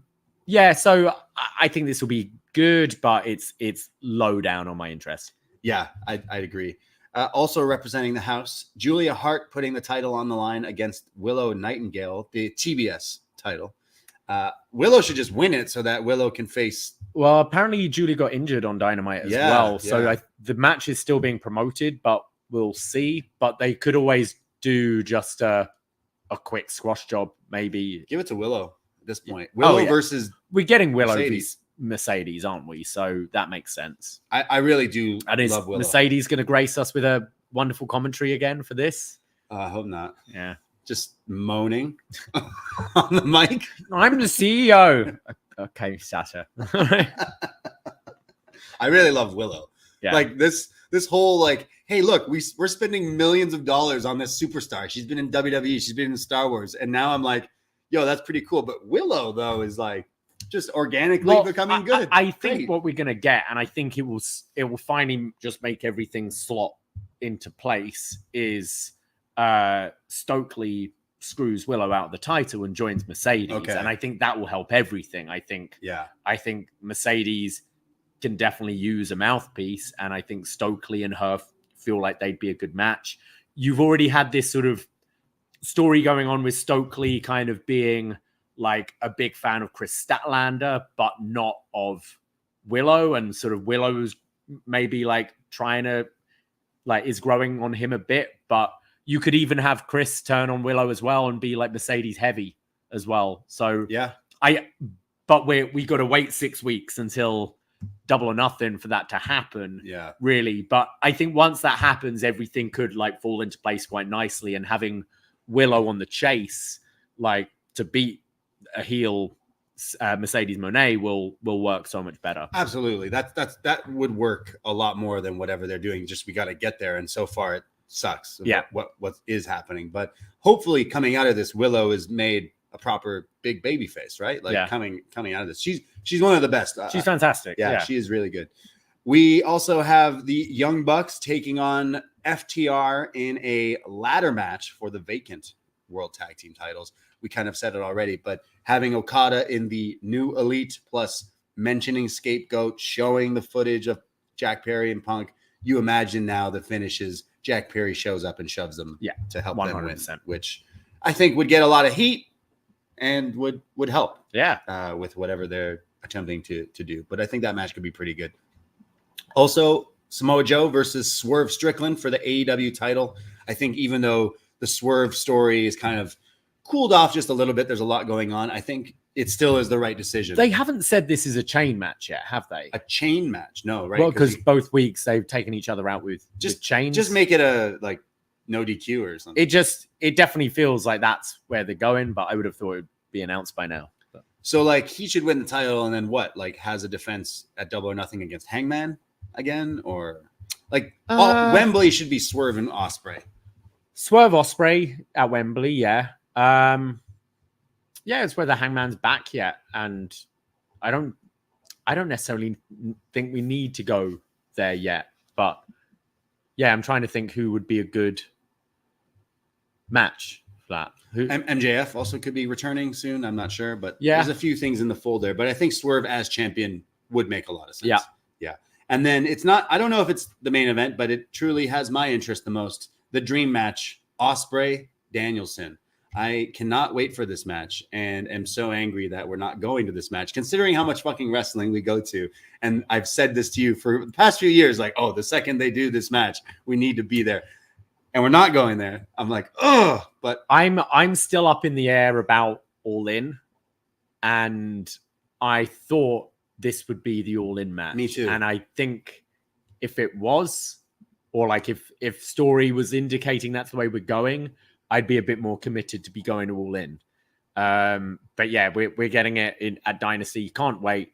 Part of me wants Danielson to win. Danielson loses a lot of his big matches, and I think as a babyface chasing to get that win off of Dragon further down the line, I'd be kind of into. Yeah, like even if it comes at the cost of like using the Don Callis thing. Okay, yeah. Like Don Callis could be like, oh, actually, the family doesn't need you. Or something, which kayfabe-wise doesn't make sense because this guy's like your shining white knight. Yeah. But yeah, I don't know what you do in that situation because Danielson is also now like more pivoting. He's always like, I'm a good guy, but a bit of a dick. The story, the character, right? And him basically saying like, Ospreay, you think you're the shit. Well, you haven't fought me yet. So regardless, this match should be awesome, and hopefully it's the first of many down the line here in AEW because I'm sure we'll get a few of them. But genuinely excited for this matchup, and I don't really care who wins, but we all will. Absolutely, because the wrestling will be good. So there you go, Dynasty. As much as AEW's in the mud, as they like to say, I still think this show could be a classic pay-per-view. And so far, their pay-per-views this year have been pretty good. So, yeah, I mean, yeah, I'm definitely excited for this one. Yeah, and kind of still on the AEW front, we had Windy City Riot take place with Jon Moxley winning the IWGP Heavyweight Champion. Yes, Jon Moxley is now the world champion in New Japan Cuck Wrestling. Is that New Japan Cuck Wrestling? Yeah, like what the fuck are they doing? It's here's Okada. You can have him. You can have Ospreay as well. Why not just have our world title as well at this point? So it's okay. We've got Toriano. Everyone this week has been kind of dunking on New Japan because everyone assumed that Forbidden Door would be at Arthur Ashe, and then these dirt sheets came out that New Japan doesn't want to go half on doing that event venue, so that's why they're doing it at a smaller, like an arena, which I don't necessarily think that has something. I think it's one of the new. It's Prudential. No, not Prudential Center. It's a big arena though. USB Center. I don't know center, but yeah. So they are doing that cross promoted thing, but like New Japan, just like they're all over the place because I could not tell you. I watch so much wrestling. But it's 18,500, so it's pretty much the size of Arthur Ashe. Yeah, it's big. Just minus a couple of thousand. Okay, that's still pretty big. So, like, what's going on with them? Because is New Japan Strong still a show? Clearly it is, because like some of these guys on this show, on this Windy City Riot show, like had strong titles, but like, okay, so they lost like all their stars. Yeah.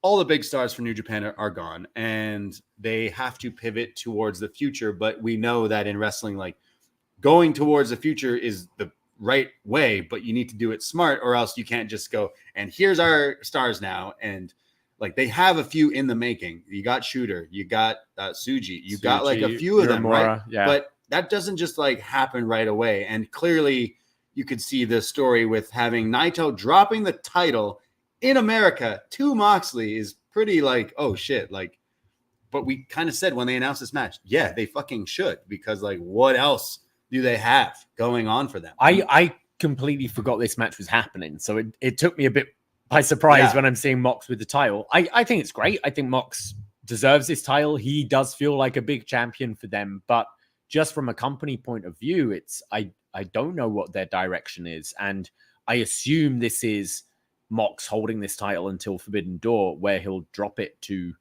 Shooter, someone, but I can't. Shota? And that's New York is relatively easy for us to get to. It's accommodation often. That's the pricey thing for us going to New York, but we both love it. Like it's a awesome city, great to go and watch wrestling there. And off the success and the quality of the last two Forbidden Doors, this is an event I'd be interested in, but I'm just scratching my head. What would that show even be? I don't know. It's all WWE. It's all AEW people. All AEW. It'd be Okada versus Naito, dream match, Forbidden Doors open. I can't see any match what you do. Like I'd go. I think Dragon v Dragon kind of writes itself, and finally do that match. That's something we should have. But aside from that, I don't like Moxley v Shooter. Makes sense from a story point of view and would be a nice way to crown Shooter and sort of have him try to take the mantle. But I don't see him as the guy yet. Tsuji is the guy who seems the most ready. And I think you need to kind of do that like they did with Okada, just hotshot someone and put everything behind them. And I feel Tsuji is more ready for it at that point to like lead the charge for the new generation. I like Shooter, but I don't know. I don't see what this card is going to be. Yeah, that's crazy. I mean, it's in a few months. It's in June, but like end of June. But like, yeah, considering all the top people in New Japan are now in AEW, it's like we don't need New Japan anymore because we got all the. I'm saying that as a joke, but like we got all the big stars. It's kind of that. Yeah. Like maybe in like not doing it this year, but a year from now, you might have these stars now to like put on something compelling. Because wouldn't Mox then technically be wrestling for New Japan, considering he's the champion? So he would then wrestle an AEW star. Maybe. So it's not a forbidden door then. So yeah, I can't see what this match is and who he'd drop it to. Like, who's Okada? Like, unless you just drop it back to Naito, but that's not interesting either. No, it's like Sonada's not interesting. Yeah. We've seen him against Tanahashi. That's not interesting. You know who is? The Shingo. Scapegoat. Yeah.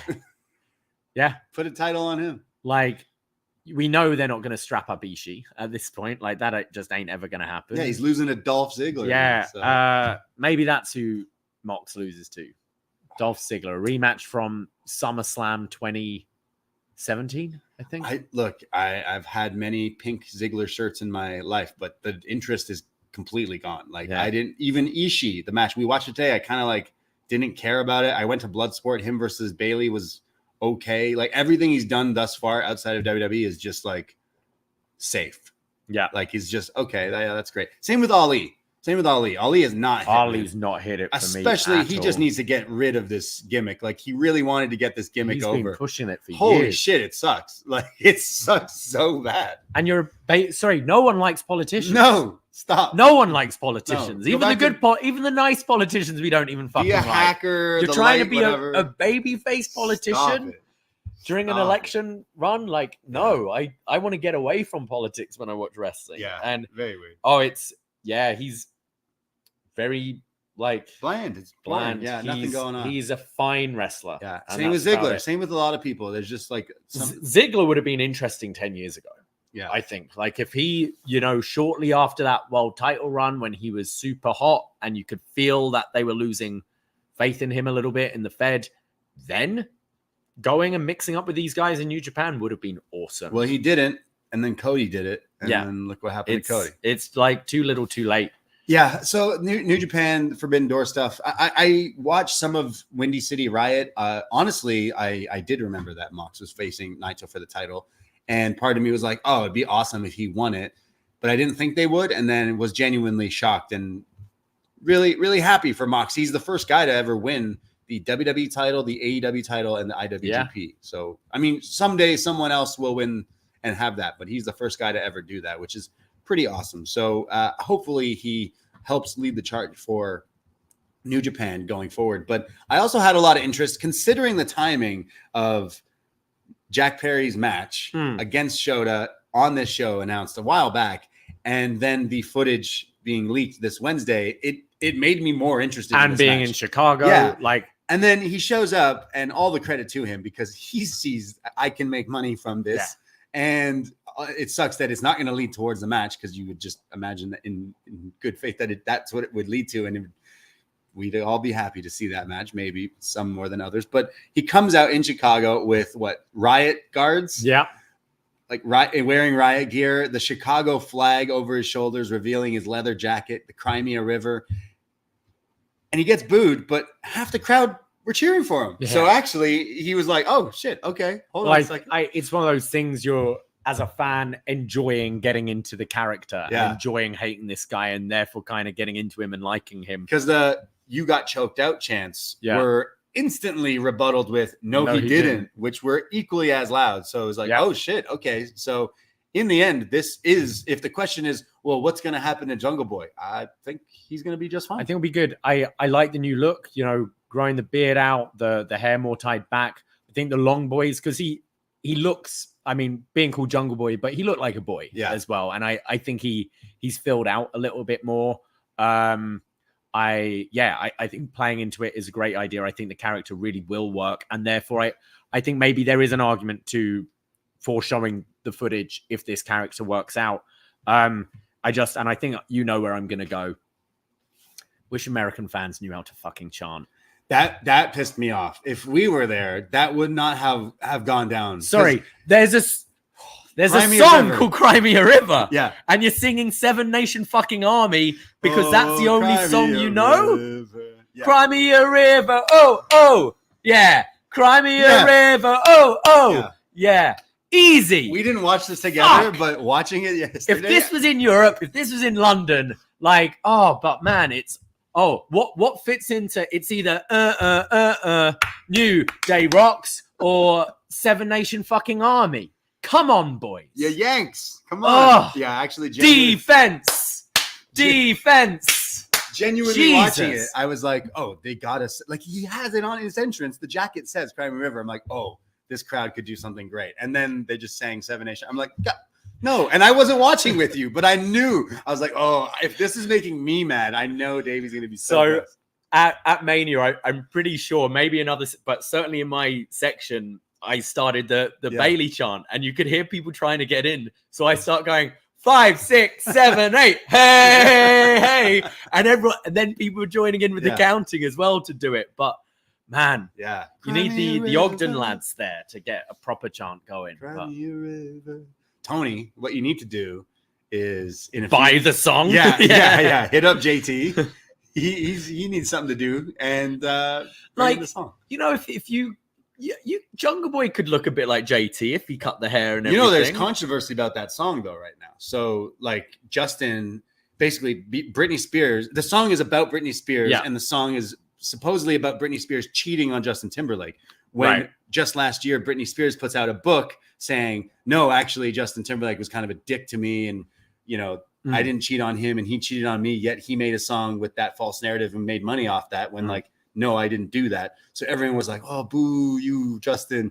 And then Justin's at a show and is like, hey, I don't know if I'm allowed to do this song, but fuck it. And then plays the song and everyone's like, well, it's I will say though, the Beatles didn't actually live in a yellow submarine. So, So then JT, there was some sort of Britney was like, actually, I'm not angry at JT. So then he's like, oh, I can do this song. And then Britney was like, no, actually, you know what? Fuck you, JT. So then he's doing this now. He's on tour promoting new music, but he's legit saying this before every show. He's saying, I'm not my agents and said, don't do this song, but people want to hear this song. So, so Dynasty, FTR bald, it's climbing up.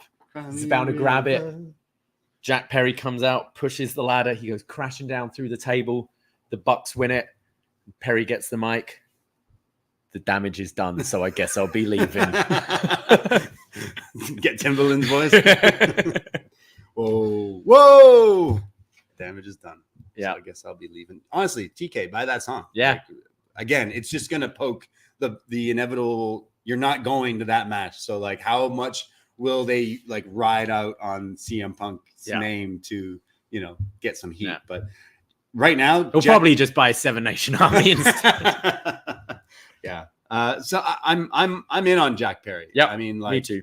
Good for him for somewhat using this in a positive and getting himself some heat and apparently some fans as well. Because again, it sounded pretty split in Chicago for this guy. So that kind of told me that some people are on the fence of their second city saint in their own city. Maybe this guy didn't deserve the hate. Chicago, you don't just need to hate Jungle Boy just because of this. Because even CM Punk didn't seem that mad at Jungle Boy. He's just pissed at the Bucks. Yeah. And dumb fucking Hangman Page or whatever. But yeah. If it was Hangman doing this shit, you'd be like, yo, man, that's kind of fucked up. Yeah. You should stop. But he's not because he's smarter than that.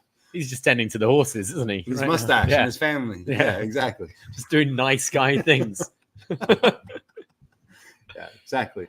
So Jack Perry and Shooter, you know what? Actually, that was a pretty good match. Shota beat him, and then they kind of had a little bit of a respecting after.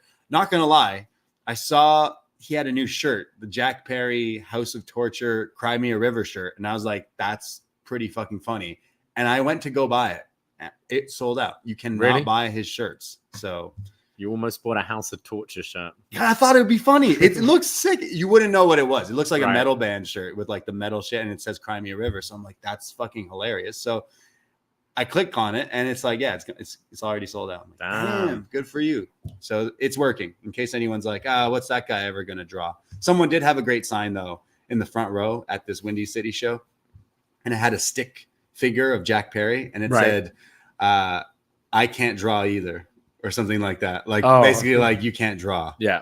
But got you. But he did. He did. Yeah.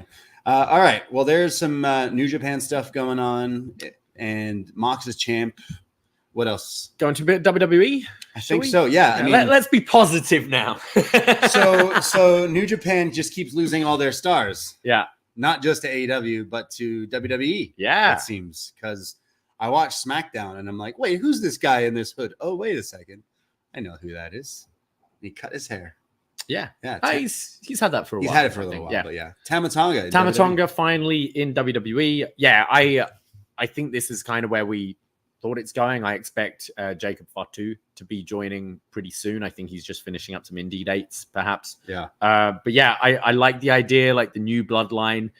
I like the on orders of the tribal chief, where you're now going, okay, who is the tribal chief The Rock now? Is the tribal chief Solo? Like, kind of making it not necessarily obvious that it's Roman Reigns they're talking about.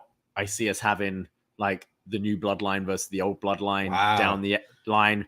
Bloodline Wolfpack. Like, maybe, like, peak at War Games or something, like that kind of thing. But I like this.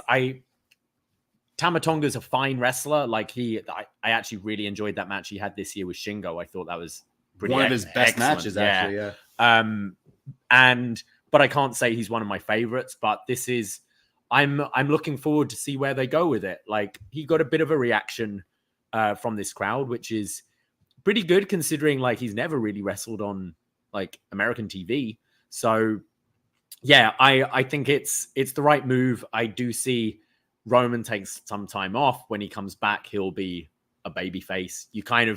Cody kind of gave that respect to him, and there were the thank you Roman chants on Monday. And I think now the title reign's over, people will look at it and go like, wow, we're probably not going to have a reign that long again for a very, very long time. Yeah. So I think it's time to maybe give Roman his flowers, and I think he'll be a very over babyface once he comes back, and going towards like what you'd have Rock, Solo, Fatu, and Tama Tonga with Roman, Jimmy and Jay, and Sammy, I guess. Like, look, man, I'm sorry. We need you. But this time you're not an honorary use, you are a Oos. Right. Maybe. Yeah.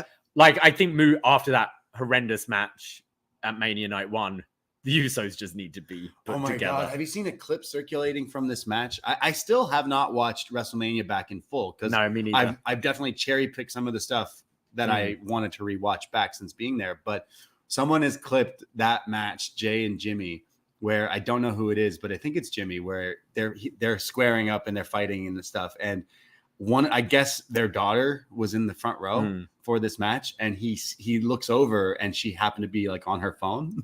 So he goes, "Hey, watch your uncle wrestle, for God's sake," and then like continues to fight.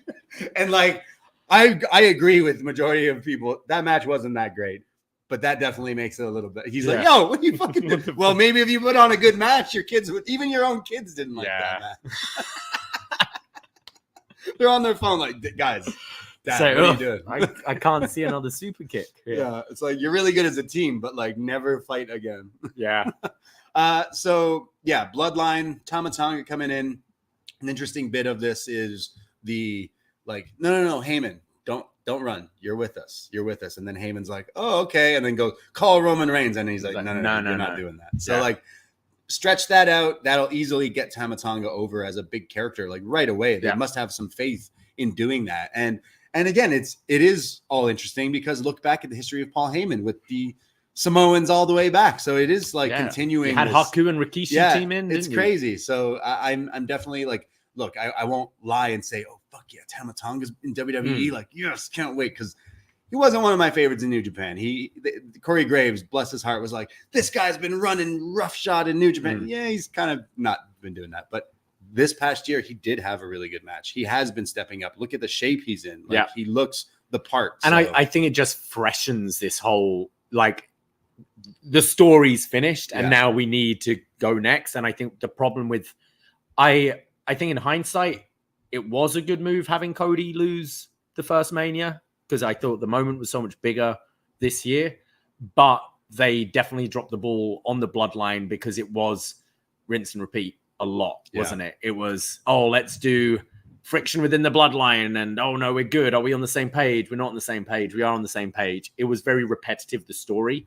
And I think now with, Tama Tonga, most likely Jacob Fatu joining in, The Rock kind of, like, you can have The Rock as a character without being on screen and not even hearing his voice, but just the, oh, we've had orders from the final boss to do this. Meanwhile, he's at like a Disney press conference the other day on Friday. He's like, Moana 2 coming out. And then you flick the channel and it's like, call the high chief. Yeah. So I think that works, having him as like this omnipresent figure that's just like looking over everything. And I'm interested in the story going forwards. And there's definitely like nice combinations you can have and building to a big peak. As I said, probably Survivor Series.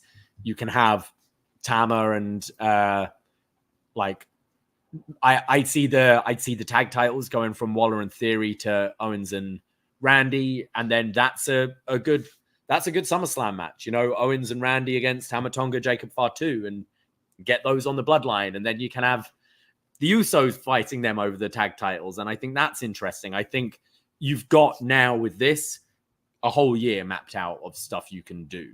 Yeah, with some fresh faces, they'll definitely make some more money on different bloodline iterations and all different. Who's, you know, is Solo the leader? Is The Rock? Is it Roman? Like Roman posting a video the day after he lost, pretty LeBron James energy, just like smirking at the camera on the treadmill, like I'm training. So it's like he's got to come back as a big baby face, you'd imagine, because we do have to give him flowers. He was a great like heel in the past, especially the last year. Like the discourse of him Cody losing to Roman really just made another full year of people like just amped up to be like, how could they do this when in reality, well, we'll do it now. So it did work in hindsight, and it became one of the biggest storylines and still is. So the next step is great. I just need that red Wolfpack bloodline t-shirt, like the wolf, but like it's something inverted. So it's red with black letters. Yeah. Fuck it. Yeah, exactly.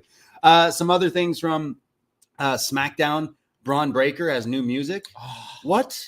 Why would you go from generic Rock 3 to generic Rock 7? I like the other one. I'm Braun Breaker. I am Braun Breaker. I can't sing his name to this. It doesn't work. I tried it. Yeah. It's not as good. I don't get it because I assume both are Def Rebel anyway. So it sounds like more like Steiner. It sounds like they're trying to go for like the 80s rock song Steiner, like because they even mentioned Corey Graves on commentary was mentioning the Steiners a lot more. So like going for like no, you're a Steiner. Use the 80s rock, whereas the other one was more like I don't know. I really liked his old thing. Way better. But yeah, like he's gonna be a big deal on SmackDown, I think, which is like we've been seeing this guy's praises for a couple of years now at this point, and he's totally ready. And again, new blood that's gonna just shake up the main roster for the better, I think. Yeah, easily. Just poor Cameron Grimes. Yeah. He's every time he's on TV, I'm like, I forgot you still work here. Yeah. I like him, but I like Grimes. But. Yeah. Other things, I watched the triple threat main event, AJ, Steen, and Ray. That was pretty fun. Like the Steen. Sorry, Kevin Owens. Steen for 10 years. I liked him pushing Punk shirts off. Did you notice that? Yeah. Oh, his whole entrance. Hey, you know those cool, really long shots we're doing? Yeah. Can we do that now? Cool. Yeah, follow me. He's so just naturally funny. Yeah, I think.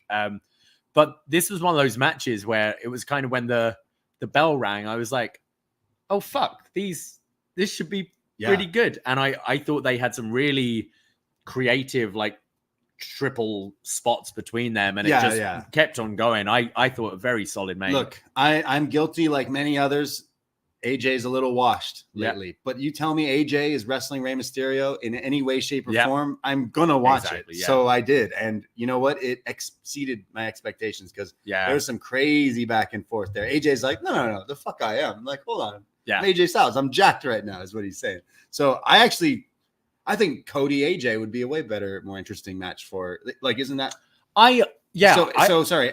It's LA Knight. It's LA Knight v AJ. AJ should win.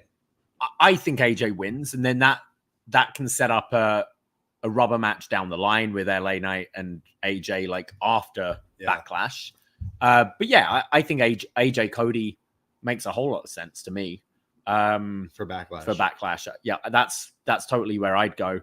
And should, like a motivated AJ he's still very capable. We saw in this match, he's still very capable of having good matches. I just think it's been stuff that just some comment like chemistry sometimes. Sometimes there's just a lack of chemistry between people, and and I think that's been the case. His best matches in WWE have been with Cena and Roman, which is quite weird when you think about it, because you think, oh, AJ Jericho, that should slap. It really didn't. Yeah. And AJ Owens should have slapped when it really didn't. And Cena and Roman, who are two people that people quite often say can't wrestle, I thought had the best matches with him just because the chemistry was there. So Cody AJ, yeah, I'd go with that for Backlash for sure. Yeah, I love the Styles Clash splash finish. It was pretty sweet. So yeah, I'm actually would be pretty interested in that. I mean, it's weird because it's like AJ just lost at WrestleMania, but he should get the win back over LA Knight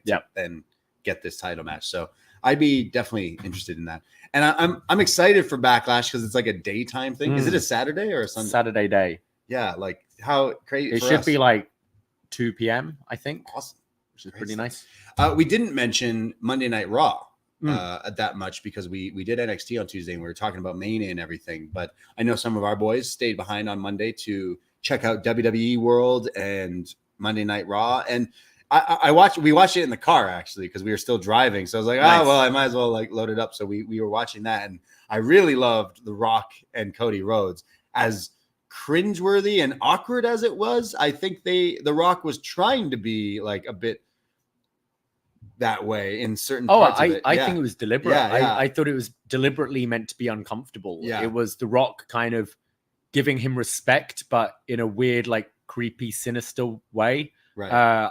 I liked it. So people are dissecting this for many multiple reasons. First being the title exchange where it's like, hey, you want to hold my title? Again, he came off like, I'm thinking like, I'm not saying The Rock should be cast in like, There Will Be Blood or fucking, what's that other movie with the creepy bad guy? But like the way he's like, hey, can The Rock hold your title? I'm like, yo, man, calm down. Take a step back. You're scaring me. Apparently, this is a callback, though. Did you see this? Yeah. Okay, so again, like the dissection of some of these things is there was a segment from Raw like years ago. Was this even like aired on TV or like after the fact? It would have been, 2013 when Rock was the champion and they unveiled the new title. So Cody wanted to hold the title? And Cody, I think it's Mustache Cody, asked him to hold it.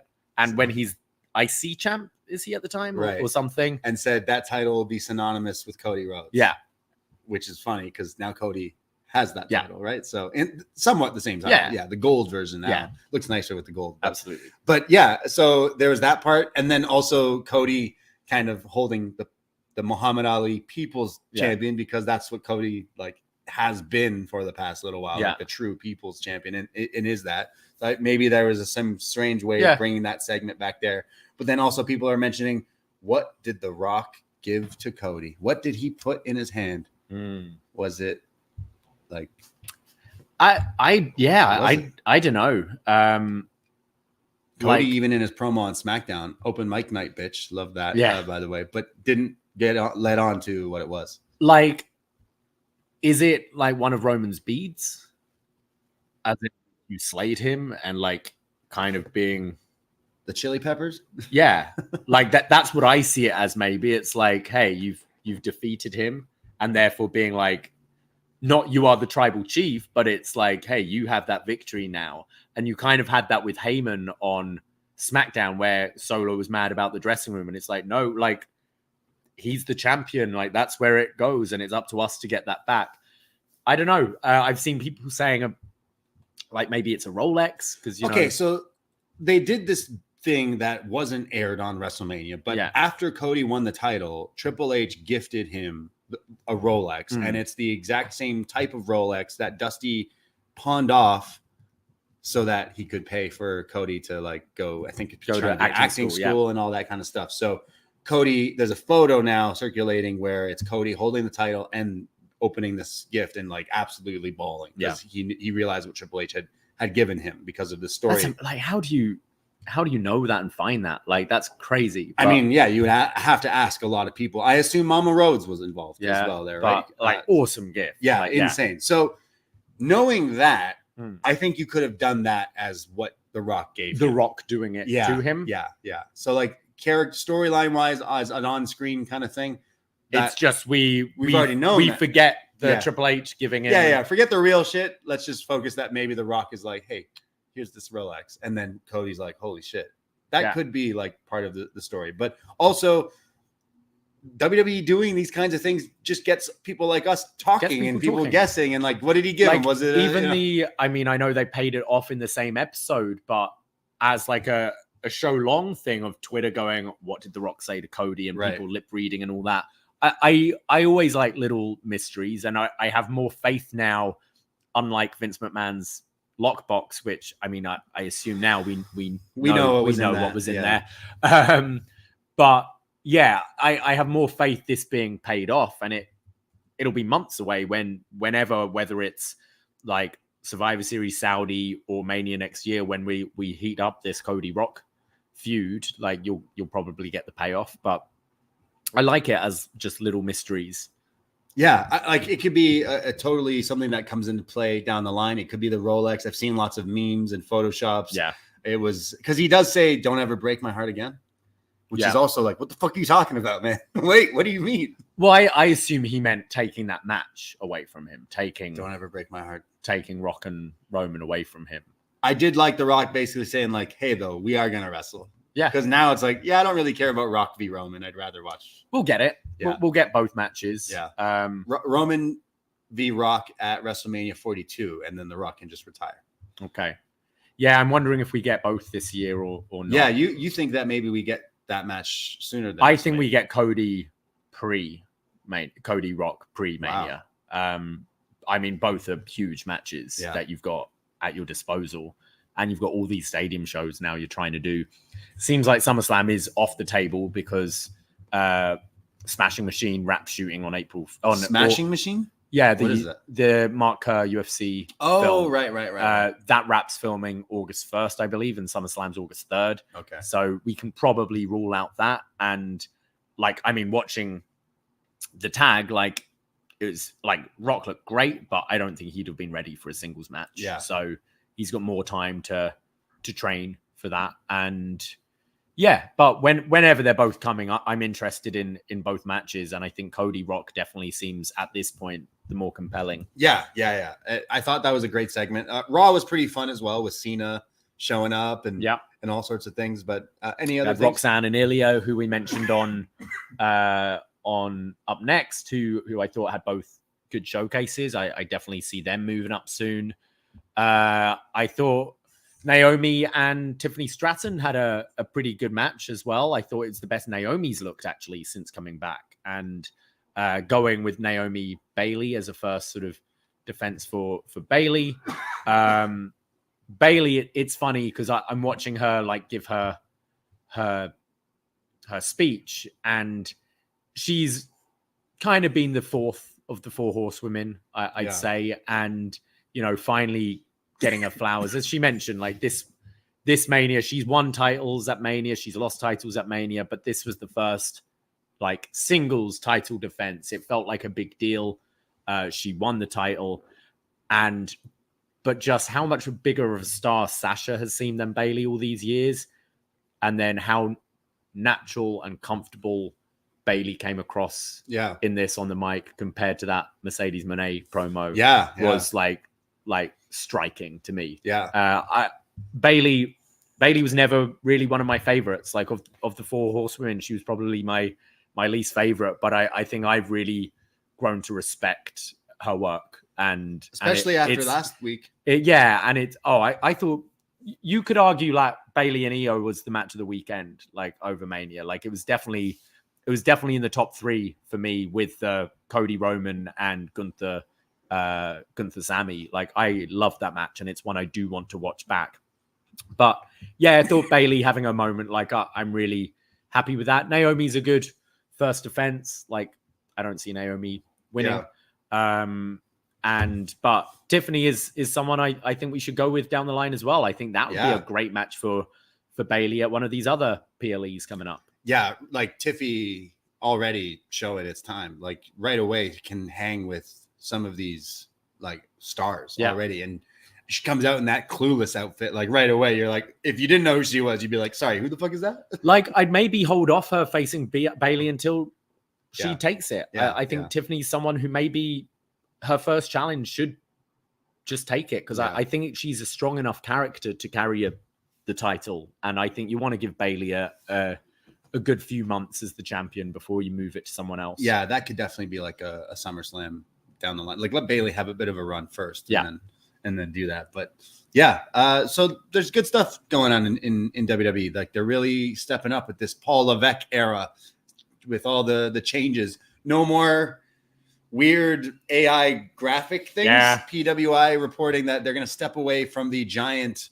The Roman Reigns, the big time Becks. Yeah. I'm trying to think of other ones. I don't know why, but I enjoy Judgment Day's one. The hoods. The one with R-Truth. R-Truth as well. The rest of them don't look that good. But yeah, I think it makes sense. Like we've seen Lee Fittings work, like the changes, less camera cuts, these long shots for the entrances and transitioning between, like bleeding between scenes. Like I love that Sami Zayn entrance at Mania. Yeah. Just being there as well when you're watching him go from his wife and kid to Chad Gable to Owens, and then just that long tunnel before he gets to Gorilla, and the Sami chants in that stadium just growing and growing as he's getting psyched up. Like one of my favorite entrances of the weekend, and it's so simple as well. It's not pyro, it's not dancers and orchestras and all this, just a guy getting fired up, walking to the ring, and it like gave me goosebumps. And I love that. And I think if we're going for a more like sports-based presentation, and I say that with still theatrics and all that, giant hooded figures and giant chocolate Roman Reigns is like... Yeah, it's a Roman one. I hate it. I could not stand that bloodline tree and all that. There's like, some weird ones that they do. I think it's a good move. Just like you putting all the money into that, which I don't know how much it would be for someone to make that, but like do it in other things. And I'd be curious how long these sellouts go for. That we use this short entrance because they're sacrificing. You look at some of these stages they've had, and I'm a fan of a big elaborate stage and stuff, but it looks cool as well with the short entrance and just people packed around. It's crazy. It looks great, and I can see this continuing. Yeah, it's pretty crazy that they're on this big run of it just being super popular, like right now. And we've been saying it for the past little while, especially the lead up to WrestleMania, that like your creeper fans that are like not out in the open wrestling fans that'll be like, what's going on with Roman Reigns? You're like, oh, sorry, you watch wrestling now? No, I watch every week actually. Oh, you do like wrestling? Oh, okay. The guy who runs karaoke at Gabby's. Oh yeah, was obviously running karaoke last night and just goes to me like, man, how that must have felt when the Undertaker came out. It's like, people know this stuff, and it is creeping. Yeah, it's kind of like seeping into everything else. Like they're really firing off in all direction with everything. So it's been a good WrestleMania week. Like honestly, it was a hell of a week for wrestling fans. And as we know, it doesn't stop. There's wrestling every week. There's wrestling every weekend, whether it's whatever you're watching, whether it's New Japan, AEW, things that we didn't talk about today. There's so much other wrestling out there, and it's you could say wrestling is really popular again, but WWE is very popular right now. And can't wait to see where they go. I'm excited to watch like a Backlash in France and a Bash in Berlin and yada yada yada. So it's gonna be another wild year. Absolutely, yeah, absolutely. So there you go. Anything else? I caught up with Dark Side. I don't think you've had a chance to yet. I really want to. I haven't watched the last two. I'll kind of spoiler free with it, but I really enjoyed the Chris Colt one. Okay. I think you and I are kind of on the same page with the Dark Side of the Ring episodes we've enjoyed, which are the ones that we as wrestling fans didn't know anything about. So the ones that stick in my mind are the Herb Abrams one and the Collision in Korea, which are two things that I went in completely cold, not knowing what happened, and really enjoyed it. And this Chris Colt one was kind of like one of them. Like this guy's just fucking nuts. And like a real like mystery with like this guy just falls off the face of the earth for a few years and all this. And I really enjoyed it. I thought it was really interesting. The Harley Race one was good as well. Like, obviously, Dark Side's always good, but I think the Chris Colt one's been one of my favorites this season. Yeah, I'll have to catch up on these because this season has been phenomenal as well. I love the Brutus Barber, and then he was just at the bar downstairs. Yeah, what the fuck was that all about? Okay, so like we love wrestling, and we love wrestling way too much that we spend all our life talking about it. But we have a bar across the street from our condo downstairs by the lake in Toronto here. And we never go to this bar, to be fair. Like it's always empty. I've been like 3 times. We've been like, and we've lived here a long years, time. And like, it's like literally the closest bar to us, and we never go there. And just last week, the bar was promoting that a mystery Hall of Famer was going to do like an autograph signing and event at this bar. And they didn't even promote what wrestler it was. And me and you were like, what the fuck? Like, we live across the street from this, and we just heard about this, and they don't even tell you who it was. And we both guessed. Who would it be? It says Hall of Famer. And we're like, it's got to be someone kind of shit, doesn't it? It was Brutus. The Barber Beefcake. Which, like, if you advertise that, maybe I would have went and hung out with him. Yeah, I'd have asked if he wants to go paragliding on Lake Ontario. How's your face doing? No, I love that. Love that episode and love the Barber. So I'm kind of mad that they wouldn't just... Did you go? No. Did anyone? No, I couldn't even find... Like, bad promoting on their part. Like, Brutus... You need to hit us up to some better promotion because they didn't even promote it. Like, honestly, I'm not really one to pay to meet people, but for just $25 for the bar across the road, if I wasn't working, I'd have gone out. Here's some stories. Yeah, we literally live across the street from this bar, so it's like, we would have went if you like promoted it properly. Yeah. Be like, I know Terry won't, but I'll be your friend, Brutus. Yeah, I'll have a few shots with him, get a haircut. Yeah, you know. Yeah, really weird. I'm also just about halfway through the Bray Wyatt documentary, which nice. I'm actually really enjoying. Just for people not going to WrestleMania, I get a great time to release it because all the buzz for WrestleMania, but people going, it just like slipped past me by. About it. But yeah, really enjoying it so far. Kind of gone through his whole FCW stuff and like his disdain for Husky Harris and all that. And there are some good interviews there. So I'll probably finish that at some point this week. Excellent. So that's it for today. We will be back on the post feed on Tuesday night, right after NXT. So join us for that. We'll chat about Raw too, I'm sure. But then next week, we are climbing the CN Tower. So we won't be going live Sunday afternoon, but check the Patreon for a little bit of a CN Tower road diary from maybe the top of the CN Tower. When we get there, we'll record a little. No, we can't take our thing off. We can't take our phones We'll do it whilst waiting for Sunset Grill. Yeah, we'll probably get brunch after. We'll do that. Yeah. I'll get 2 breakfasts again. Yeah, perfect.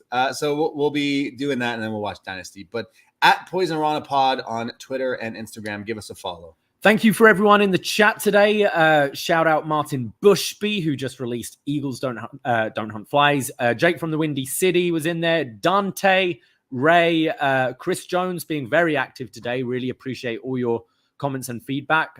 Adam, Goodfella, B Detroit, and Cameron Starr. Thank you so much for joining us today. And thank you all for listening. Yes, thank you all. I didn't watch UFC 300, but seeing that crazy knockout was nuts. I saw Pollock was raving about it, and I've watched the clip like a whole bunch of times.